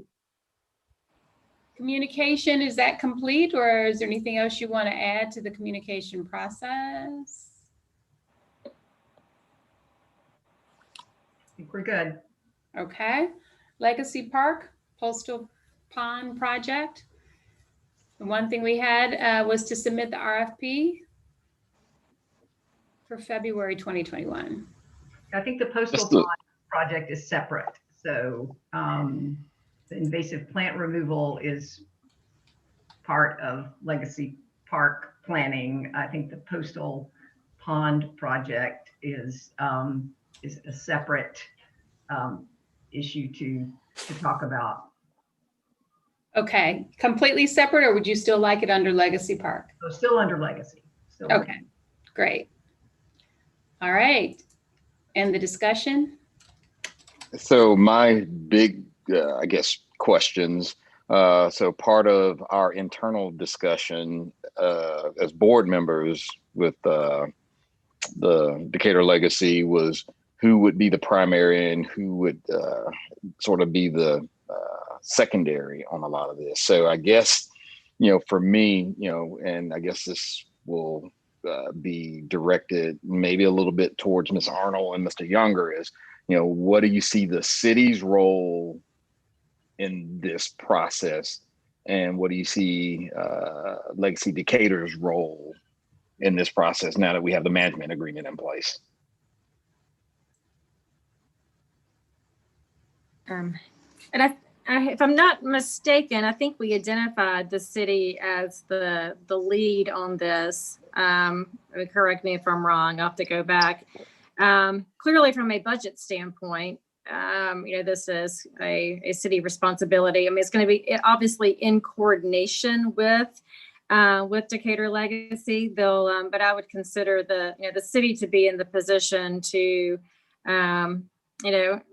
if needed, give some direction to maybe not direction's not the right word. To be in communication with Decatur Legacy on the steps of this project. But with this being a capital project, I do see that the city will take the lead if we need. If we need the staff at Legacy to draft an RFP or whatever that might be. I mean, I think that's well within our purview, to provide that kind of direction.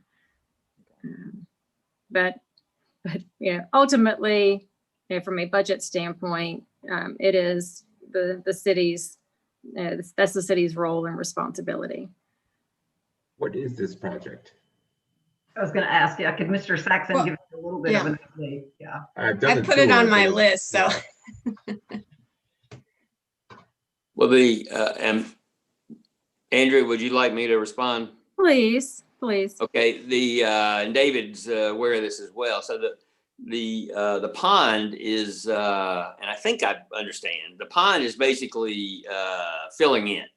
It's been silting, it's sort of a farm pond type of, that was developed, sometime in the last 50 years or so. It has an earthen dam that is maybe compromised with trees. The pond, there was a beaver, I guess a beaver dam near the outlet of the pond that was washed away last fall. And so the level of the pond was lowered at least 2 or 3 feet. And so it changes the amenity, really. I mean, it started, algae started blooming. I mean, it's just the sunlight is getting, it's much more shallow, that sort of thing. And so I think the question was, at least by some of the members of the Environmental Sustainability Board, was kind of what to do. I mean, I think they looked at it as you could just let it silt in like it would normally, or would you want to, actually restore the pond? And if, I've got an opinion about it, but if we want to keep the pond, I think it will involve, a fairly significant investment, both in planning to do looking at the dam and also possibly, dredging to recreate depth and volume in the pond. So are you saying, instead of maybe trying to rebuild that dam area, well, somebody's trying to do that. Somebody's actually doing that now. But again, it's just a temporary kind of a thing. This is not the pond's still going to be, silting is still going to take place. It's the beaver dam is being artificially recreated by somebody. I don't believe it's anybody on our staff. But not sure it's going to be that effective. And again, I don't know that I would rely on that as a long-term, solution to the issue. We would at least want somebody professional to look at it. Somebody who has expertise in this area. So is the project an assessment of current situation, or is a project a proposal to institute particular changes? I think that it could be one could follow after the other. I mean, I think we'd want to put it on the list because this is very time sensitive, and based on my takeaways from the site visit and other information that I understand from the ESB is that we do need to make a decision about taking care of it, however we rehabilitate it, go down those paths, because once the sun really starts to shine, we may lose an opportunity, we may lose options as we get into the spring. So I just wanted to make sure this conversation happens so that we've already clarified one thing, that the city's more the lead as it's a capital project. I know we're getting great support from the ESB, but I just wanted to get a timeline on it so that we know we're aggressively assessing it and taking action so we don't miss our window of opportunity, which could even be the spring. I guess if we want water, we have to do something soon. It's good. So you're saying, because I was not under the impression that it was going to fill in this year. I mean, I'm confused. No, it could dry up. Yeah, I mean, it's not. I don't think it'll fill in, but certainly the depth was reduced significantly when I think it was artificially raised by this beaver dam. I mean, I think that and what was left until somebody started trying to. Yeah. I noticed that they're redoing it. So yeah, somebody. Does the master plan for Legacy Park does not have any specific plans for the pond? I think the master plan was all, I believe, I mean, again, I don't know that we looked at it that closely, but I don't believe anybody wanted to, the pond is a part of the plan. Yeah, and well, I think that, so I'm comfortable with like a short-term stabilization of the situation, but I would think that we would want to flesh out. Because I've heard, when we did that tour, it's like, well, do we dredge it? I mean, Mr. Saxton kind of reviewed some of this stuff. So until we understand kind of what purpose the pond serves, it seems that the immediate need is just to stabilize the situation. And then Hugh, isn't the next step, I think you had mentioned yesterday, is having an engineering study for the pond? Dam. Yeah, again, I think we would look at both of them. Here's we have a dam, and then if we want to restore the pond, what's necessary? I mean, without going into a whole lot of detail. I mean, it's sort of a order of magnitude budget, and so you at least have better information than we have now to to consider. And so my concern, and all that sounds good, would just be that we make decisions that would further some future use of the pond without having a conversation about what the appropriate future use is. And it sounds like you're not doing that. You're taking appropriate steps to stabilize the situation and to assess it. And so that makes sense. Yeah, I will say this, Commissioner Dusenberry. I know that the ESB who led a lot of these tours that we're all on were pretty clear in the sort of the form and function of the pond because of all the water that goes through it and its downstream effects. So it sounded like they were sounding the alarm that it is something that should be a priority. We could lose the opportunity to have water in it in future if we don't do certain things now. So to protect that ability to make decisions for longer term, there are things we have to do very soon. Yeah, that was a stabilization part I was talking about. I'm not sure I call it stabilization or that they do, but maybe that's the word, but okay. I think we're also talking about, I mean, there's not money allocated to do that short-term stabilization, whatever that might look like. And I'm not sure that we know what that would look like without an engineering study. Am I understanding that correctly? Or are there steps that could be taken to, maybe somebody's doing it themselves, I don't know, to try to keep the water in the pond before we know more long-term what we need to do and the resources we would need to have to do it? Well, again, I don't know that I would be doing what is happening out there. I mean, again, somebody's just, it's sort of, again, you never know. But I think the first thing to do would be to have a professional, assess the dam and provide recommendations for mitigating, or improving the dam, mitigating any safety issues with the dam, and then at least provide some advice about whether, if we decide, if the decision would be to improve the pond, how you'd go about that. There's permitting involved. I mean, there's a lot of issues that you throw into. I mean, again, you're jumping into Corps of Engineers, jurisdiction, that sort of thing. So again, just what's involved and how much it would cost.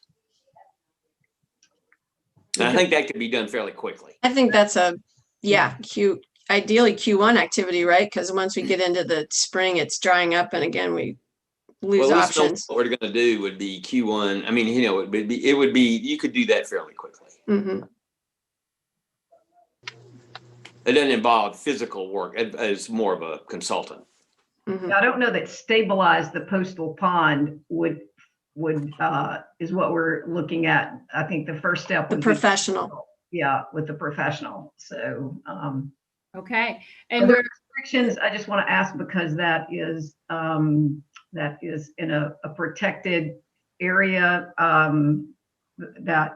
Are there particular restrictions about what can be done there, Mr. Saxon? I think you could, well, certainly, I mean, again, I don't think, doing nothing is certainly something that could happen. But also, I mean, I think that's a conservation option, but I also think, restoring the pond is certainly within, if you're talking about the conservation easement. I am. I'm talking about conservation. I think it was there to begin with. I think that would be an approved activity in the conservation easement. That conservation easement is fairly broad. Okay. It is not a preservation easement. It's a conservation includes limited development. I mean, trails, dock, recreational activities, things like that. So I think all that would be acceptable in the conservation easement. Thank you.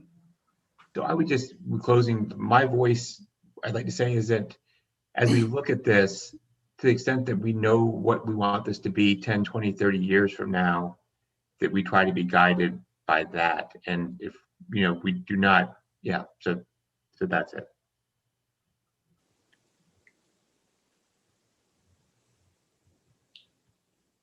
anything else to add?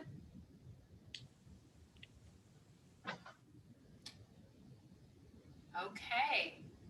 So moving on, just so you know what's left, we've got clean energy, seniors, strategic plan, which might be complete, impact fees, pool options, and transportation.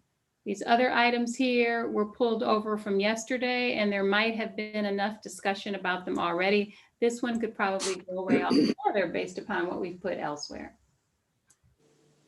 Sound good? Clean energy plan.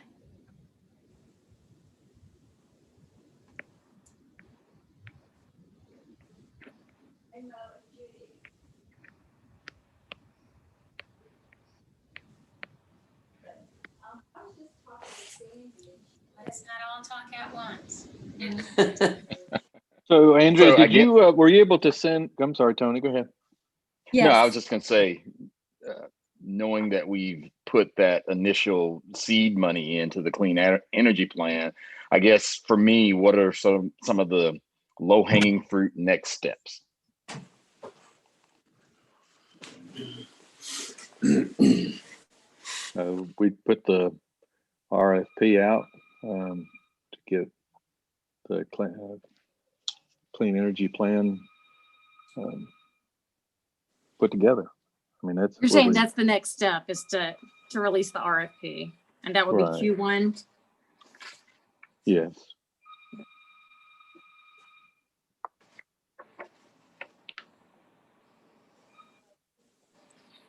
How long will that process take?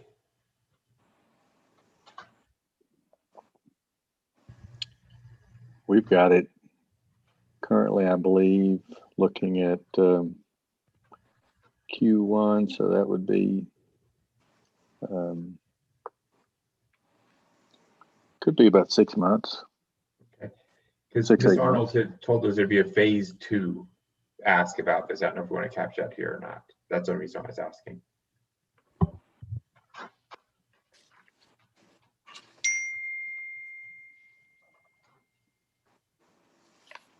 I believe that was the next step. The I think we call it the climate action, and I think I was calling it climate action and resilience plan. I believe here it's referred to as climate action and adaptation plan. Right. So those are the same thing because we talked about this yesterday. Yes.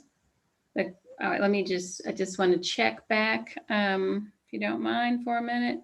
Climate action. Where was it? So what we're going to see in 2021 is the clean energy plan. And based off of the timeline here, it has that going through fall of 2021. I'm assuming that's adoption is fall 2021. Okay. Right. So you said clean energy plan adoption fall of 2021? That's correct. We'd like to say thank you to David Nifong for the information that you provided us with, Mr. Younger, and it identifies some of the immediate, short-term, and kind of long-term goals and actions. So, and included some of these timelines. So, thank you. Yeah, he does a really nice job at organizing the information. And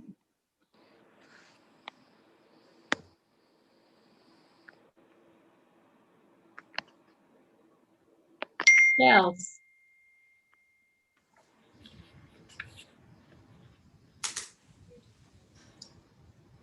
Okay, seems like that's complete. Just release the RFP and plan for adoption in the fall. All right, let's have a conversation about seniors. So as I stated yesterday, I think one of our roles will be, advocates with and on behalf of the school system to deal with the delegation and, helping get this measure brought back to our community for a vote. That seems like most likely, and correct me if I'm wrong, Mayor, probably Q1, because it is time sensitive, at least the engagement with the delegation. Right. So, and then I guess engage with the Georgia State House delegation for support of the senior school tax exemption. And then to the other piece, if it is passed and it goes on a referendum, that we can play a role in educating the community about the exemption.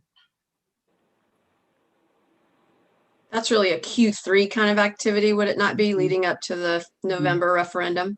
Right.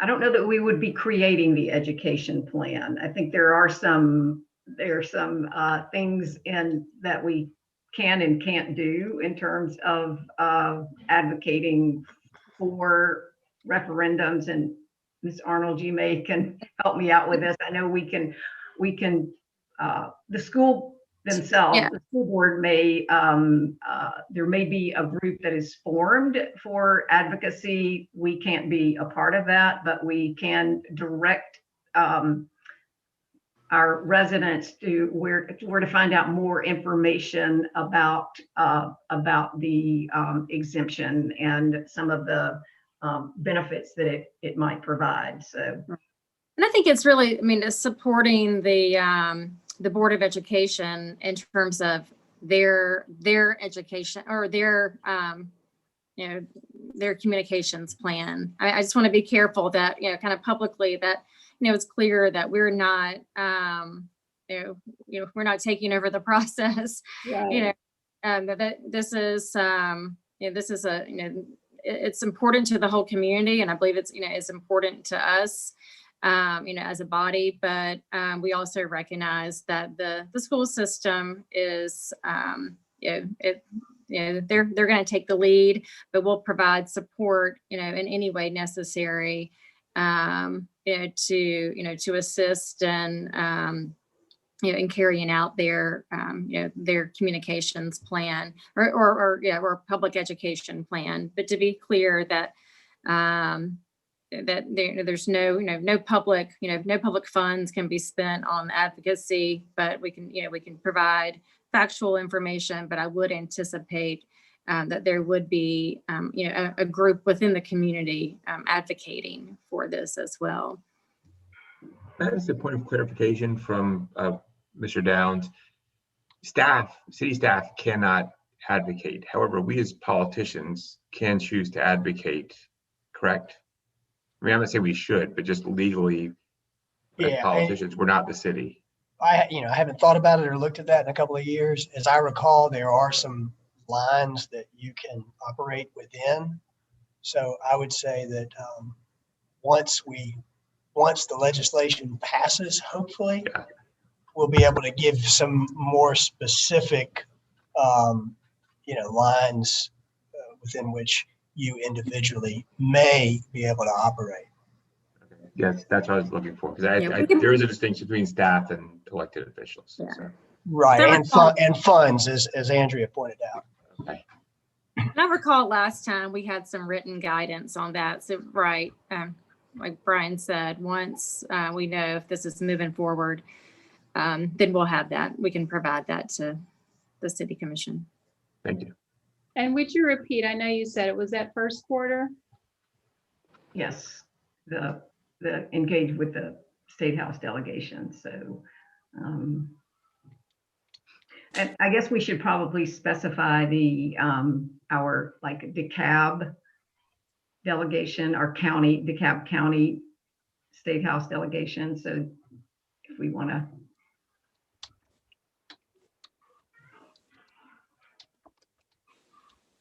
Okay.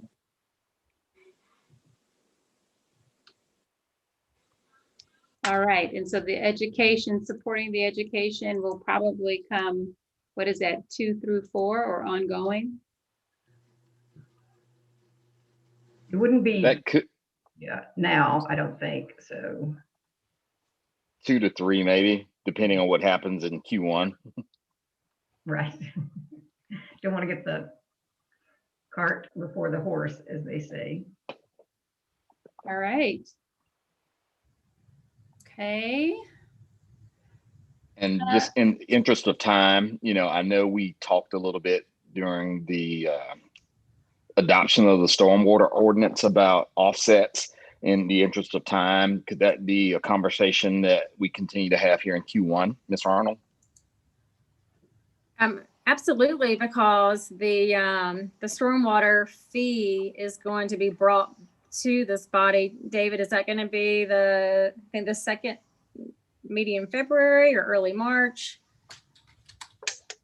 Because the billing is April 1st. Based on what Meredith has provided in the last year or so, we've bumped it up to the second meeting in February, I think. Okay.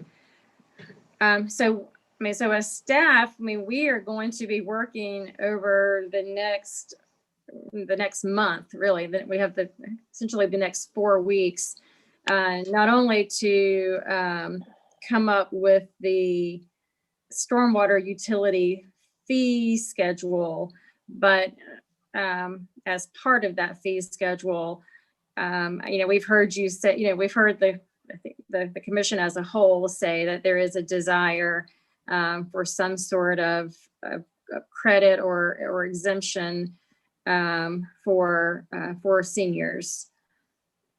And I just want to reiterate my statement that I'd rather see that income-based than age-based. So I know I may be in the minority for that. But as we're looking at targeting relief, we have some specific relief targeted to seniors, pretty significant. And admittedly, it's less in our control. But I do think that I will again reiterate my preference for income-based. And I think that's what that's one of the considerations, is looking at tying the credit to an existing age and income based exemption. Right. But of course, just with the caveat that it is a fee, it must be paid by somebody. And in likelihood, the recommendation would be that it come out of the general fund to pay back the stormwater fund for whatever that cost is. No, I do get that. I guess what I'm saying is, if given because it is easier to piggyback on an existing fee, but if you are looking at somebody who is 75 and making $200,000 a year, and if you're looking at somebody who's in their 40s and making $30,000 or $40,000 a year, I think that to the extent practicable and possible, it would be better to direct that relief to somebody who's making less money.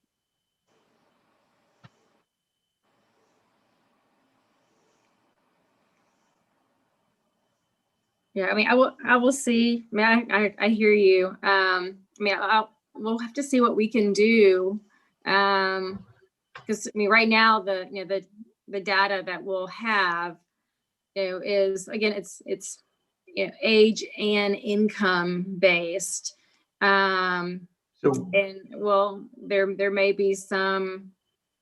Let me ask for clarification, because the way that I'm seeing the proposal for the school relief, income is not a factor after you reach the age of 70. Are you saying that we could continue to have income being a factor after you reach the age of 70?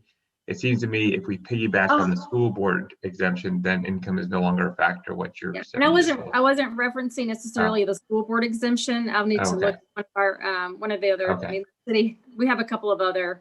So my ignorance. I'm sorry. Yep. Just to be clear, we have other exemptions that we could hang our hats on. But I will say, I mean, I have a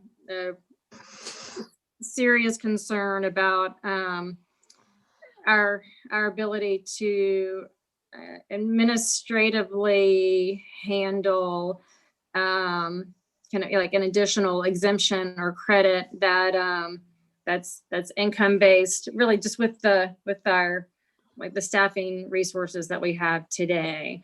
I thought we were trying that specific one, so thank you.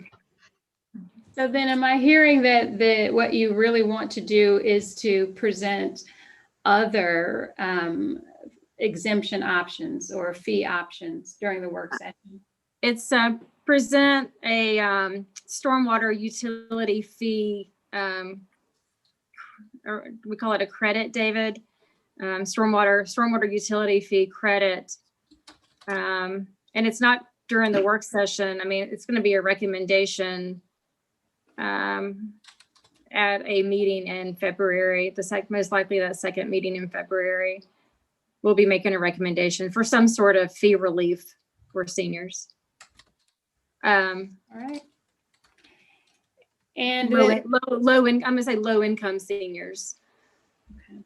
And I like that word, utility fee relief or something like that versus a credit personally. Yeah. Because the fee's still gonna be generated. It's just gonna be how it's offset, right? Present a stormwater utility fee relief recommendation for low income seniors. all right.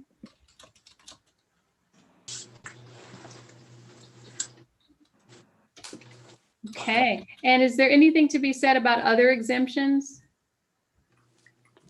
This is not an other exemption, but I did have some conversations when we were looking at, I guess, the one-time pay period for staff, was whether or not there was something that we could do for using our fund budget for relief to all of our residents due to the pandemic. And I know I had some conversations with the city manager. I don't know if that's still something, or if that's something that you've been able to take a look at, or whether or not it would, just to put that back out there, that is there a way that it would not be permanent, it would be, a one-time kind of relief. And I know Commissioner Dusenberry and I had a conversation about it, whether or not it was with our sanitation fee or something like that. But I know that we did have some conversation. I'd just like to get some feedback from the city manager if that's something that we could still consider, or if they're. Yeah, let's put that as another to-do item. It's not necessarily seniors, but just say staff recommendation for maybe broader relief for residential homeowners. I believe that's what we're referring to is And Ms. Arnold, residential homeowners. yeah, as you did this, and I think I spoke with both you and the mayor about this, but how we target that for people who own condominiums. Just if we are looking at everybody gets it, just to be cognizant of the challenges that may be represented by homeowners who are not paying a particular fee.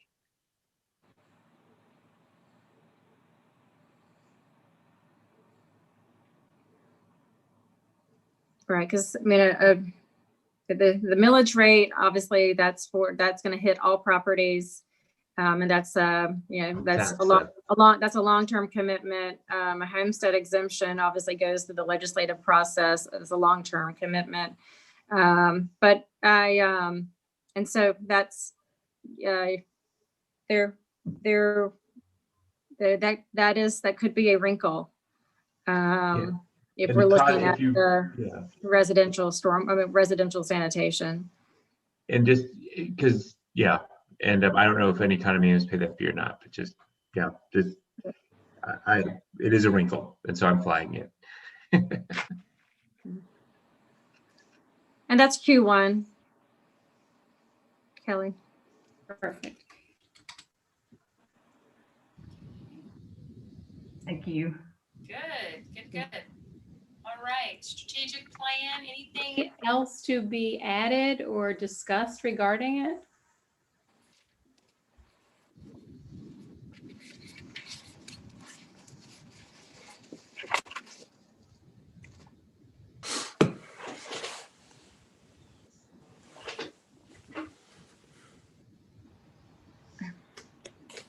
One thing that I think, Mayor, you and I had talked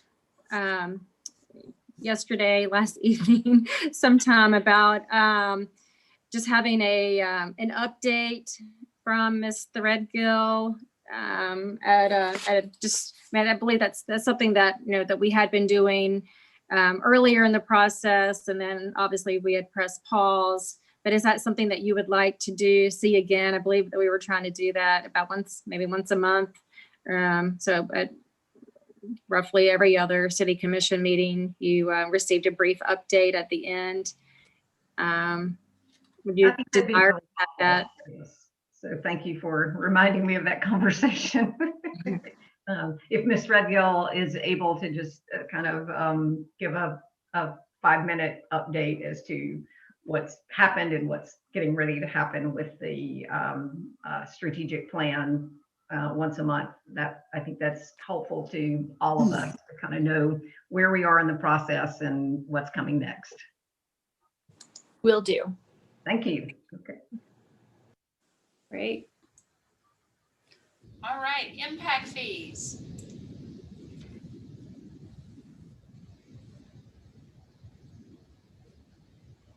And by the way, we're at 1 o'clock, but I'm pushing through. We're close.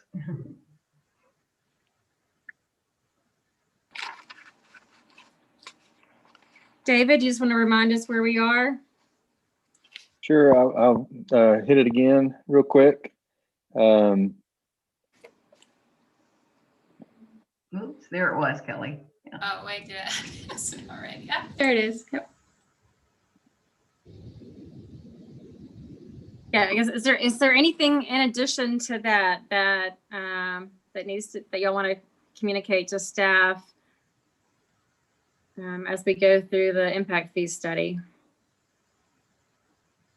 Do we have some dates in terms of that update, working to organize and develop an ordinance to be presented in a work session?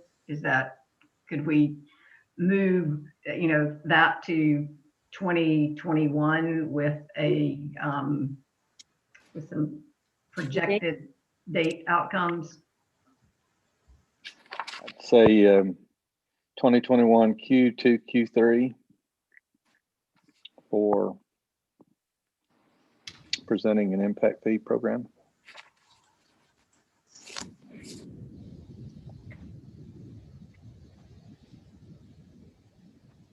So would that be we would probably have a work session and then bring forward an ordinance after that. So they're okay. I'd probably shoot for the work session in Q2 and final plan in Q3. And just to add to that, there is some coordination with impact fees because it does require the city to amend its comprehensive plan. And so our strategic plan is serving as our comprehensive plan. So both this impact fee and our strategic plan will eventually dovetail, quarter 2, quarter 3. Okay.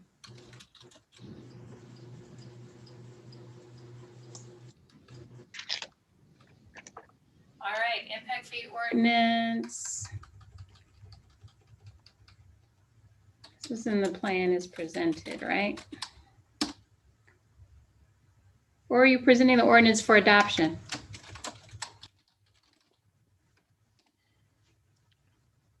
Final impact fee ordinance adoption Q3, work session Q2.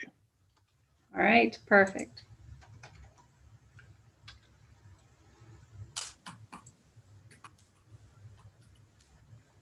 Anything else with impact fees?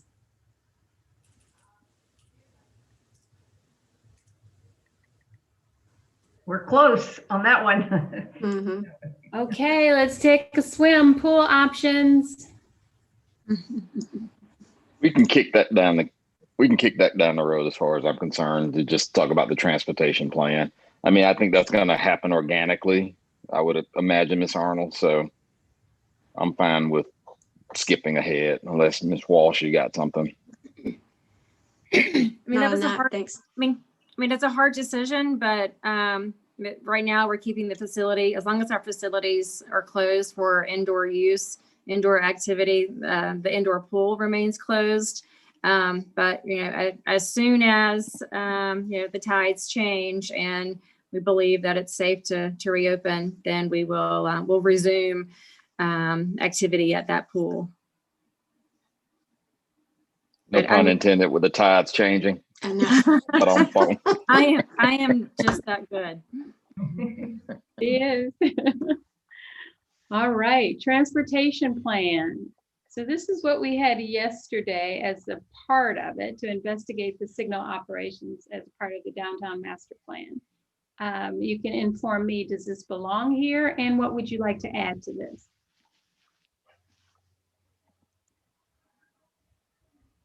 Well, I know that part of the discussion was whether or not we really want to go back and take a look at, do we want to own that signalization equipment?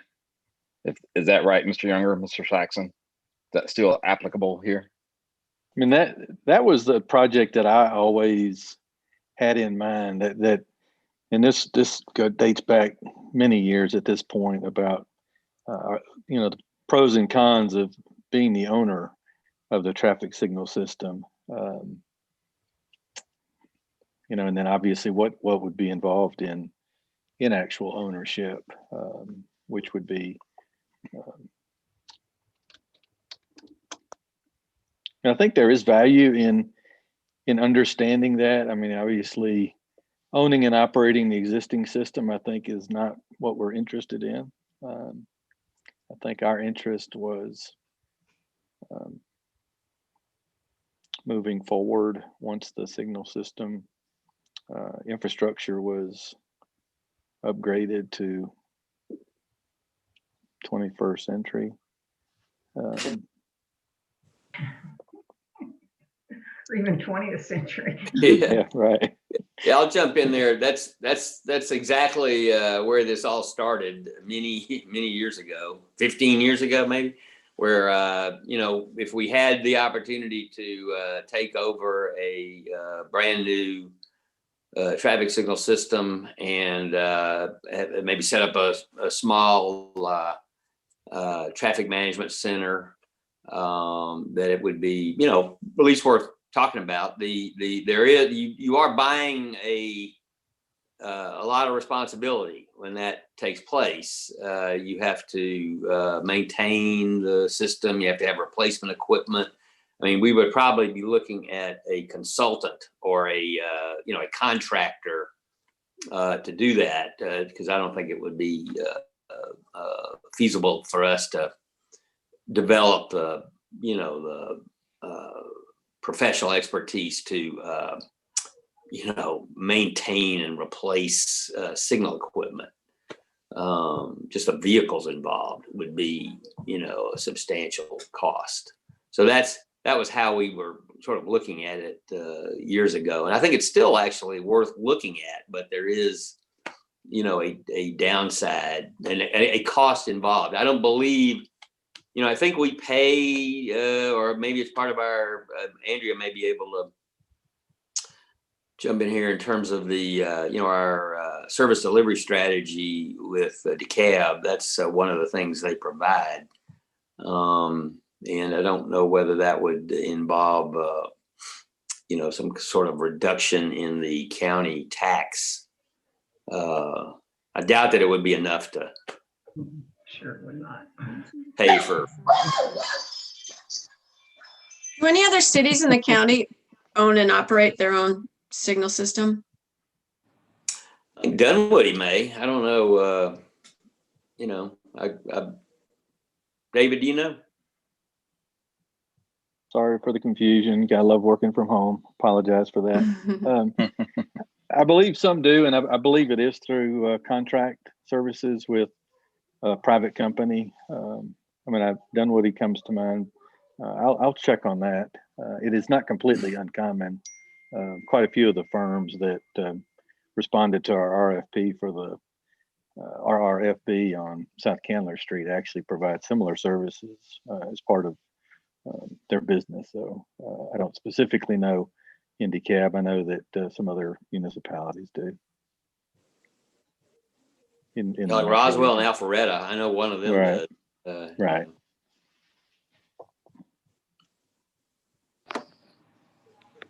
I think it's probably been challenging because it does feel a little bit like elective surgery. But at a certain point, you just do have to get your hip replaced.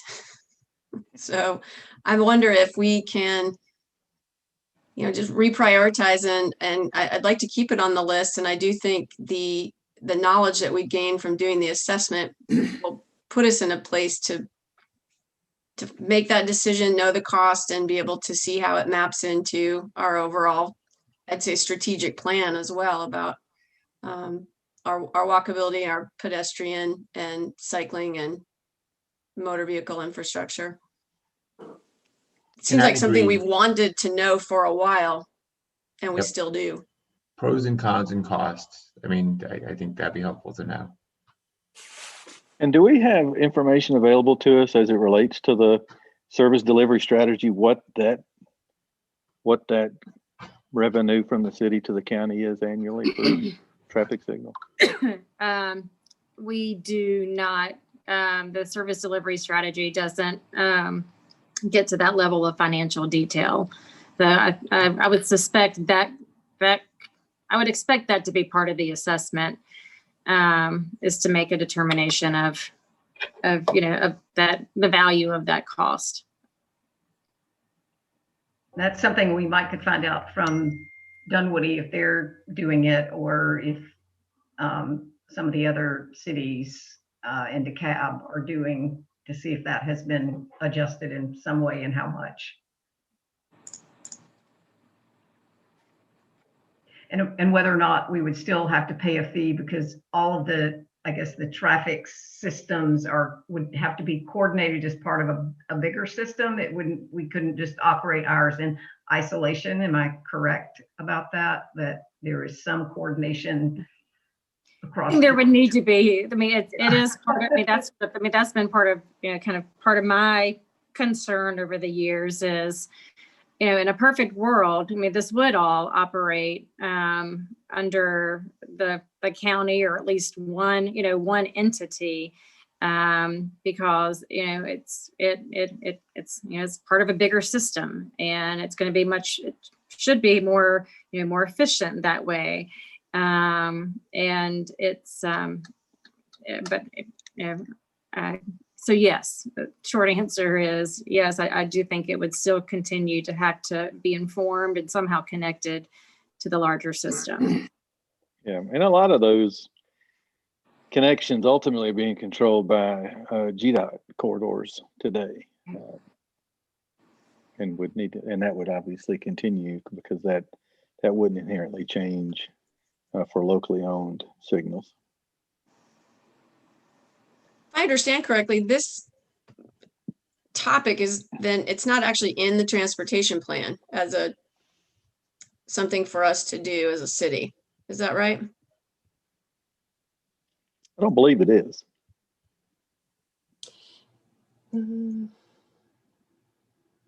I don't, in terms of that very specific recommendation about taking over, our traffic signalization, that is not within there, but there are recommendations related to the technology that the city could use related to that signalization, the smart technology that, helps with traffic flow, that, all of the signals are talking to each other, so that the flow is better, that the timing is better, that it's, taking into consideration the pedestrian crosswalks and that signalization. So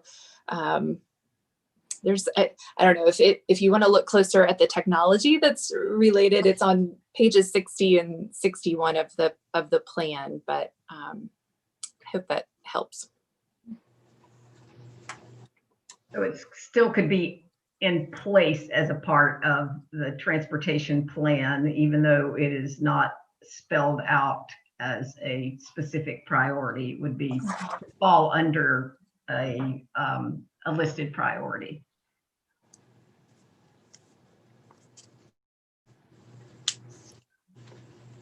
And when do we see getting this investigation, this assessment?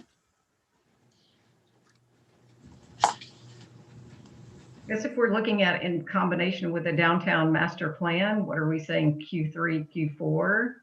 Yes. Yes. Sounds good. Great. Is there anything else to add under transportation plan?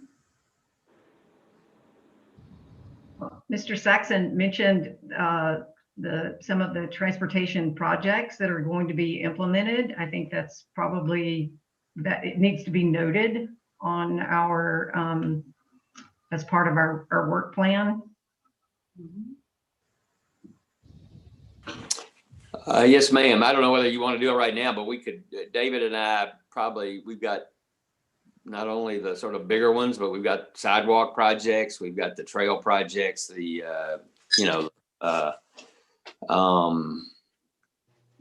maybe we could add to the list just as a point of information and sort of a, give an estimate of the, at least the start dates. I would say the one thing that we haven't been talking about, but we've developed a pretty good relationship with the Path Foundation, with the Commerce Drive cycle track. We hope to, keep them involved as a stakeholder and a participant in, in the Atlanta Avenue crossing, and possibly the Howard Avenue, any kind of improvements we make to Howard Avenue.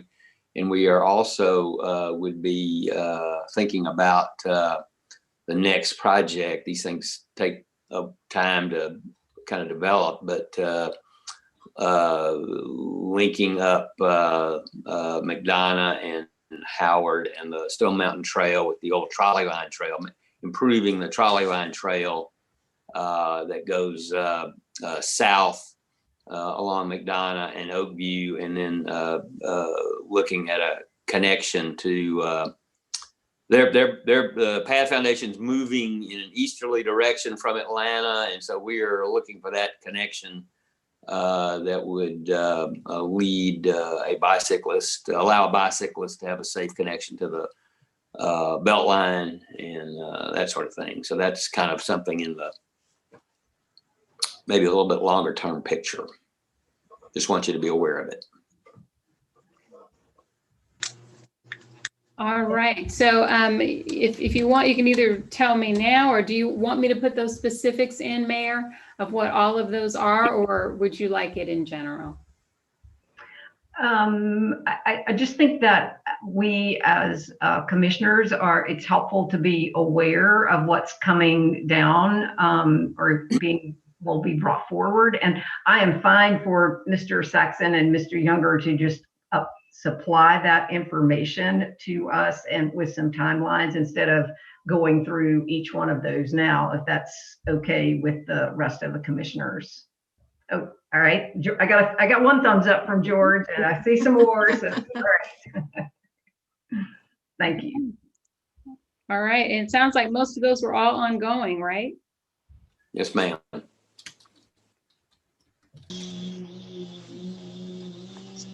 Good, good.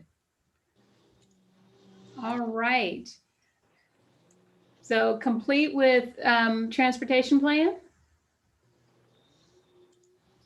So Yes. these other three were carried over from 2020. Tell me if they're relevant, if you'd like them on the 2021 work plan. We talked about commission and boards, continue to review the advisory board exit interviews.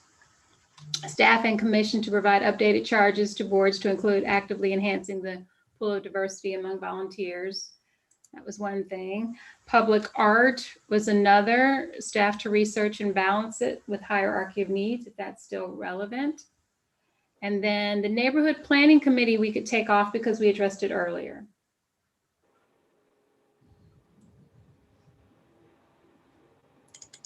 I think we established that the public art, I don't know if it's ordinance or to research and balance. I think we talked about that. And I think the Q3 through Q4 was what we looked at.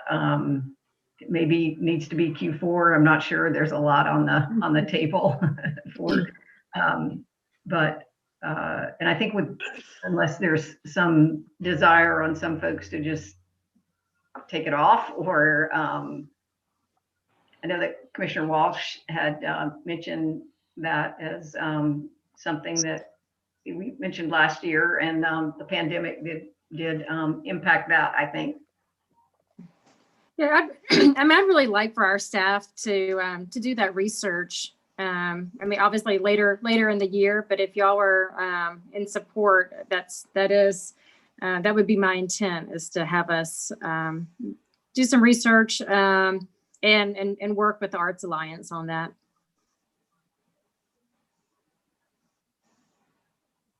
That sounds good, I think, just to have the information.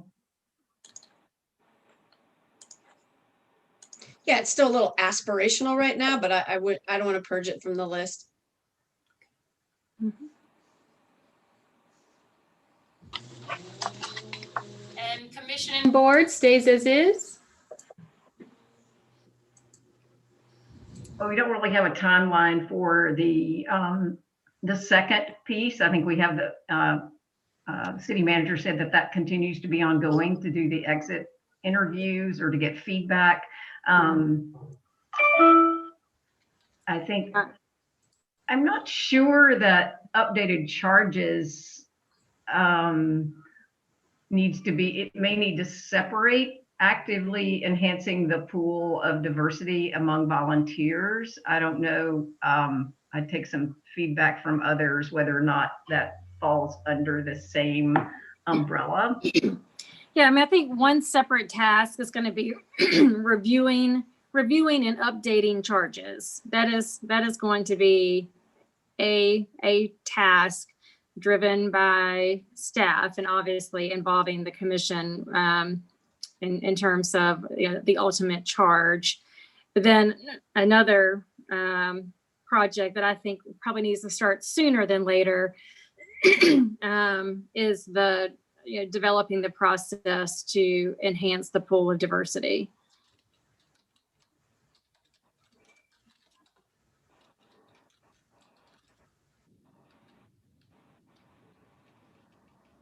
Is there a technical component within that potentially, which is the actual application, Possibly. where it resides, how it's sent out, what it looks like, how easy or hard it is to fill out, because I think we could make that more user-friendly and easier to circulate. Yeah, no, I think that's definitely part of, I mean, we'll look at the process that's in place now, including that kind of that technical, physical piece of it, and really identify, what are some of the obstacles along the way? How can that be more user friendly? I don't know that form it's pretty simple, but I don't know that it's been updated in many years. At least 12. But who's counting? So what quarter do we see updating charges as well as coming up with that process? Yeah, the process, I would say Q2, and then the charges I would put in Q3. Because I want to get that done before Q4 when we would be conducting interviews. We want to have the new charges to provide before we start talking to folks in that fourth quarter. Yep. All right, sounds good. Hey, anything else?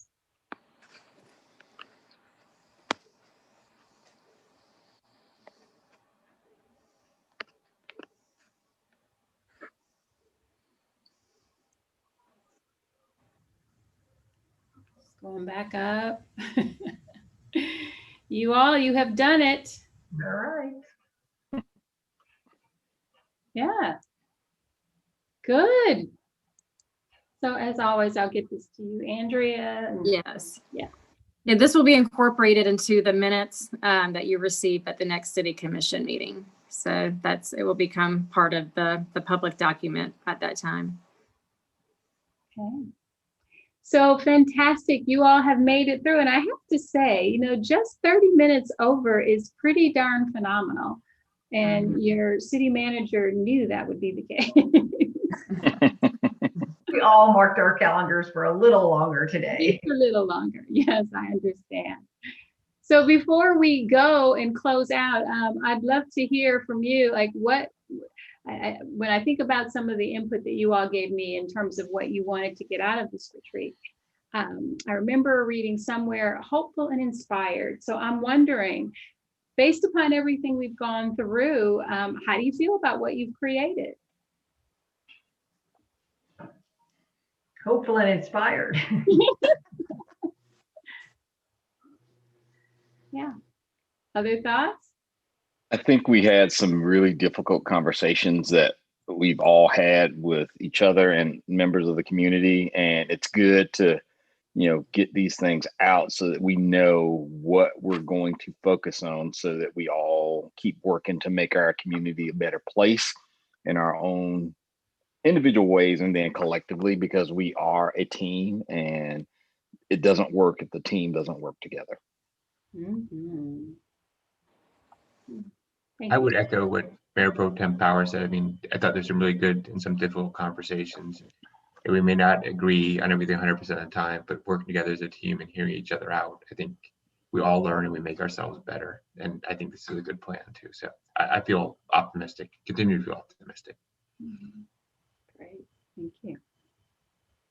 Yeah, I think despite this being virtual, I think we were able to achieve we had a lot of good conversation and a lot of good work. And I appreciate everyone's willingness to put aside our other obligations and come together and really fully engage in this. And I think it has been a team building exercise, I think, even in a virtual setting. And also we came up with I think an ambitious work plan, but one that I think is representative of the things that we would like to see happen and that our community would like to see happen in 2021.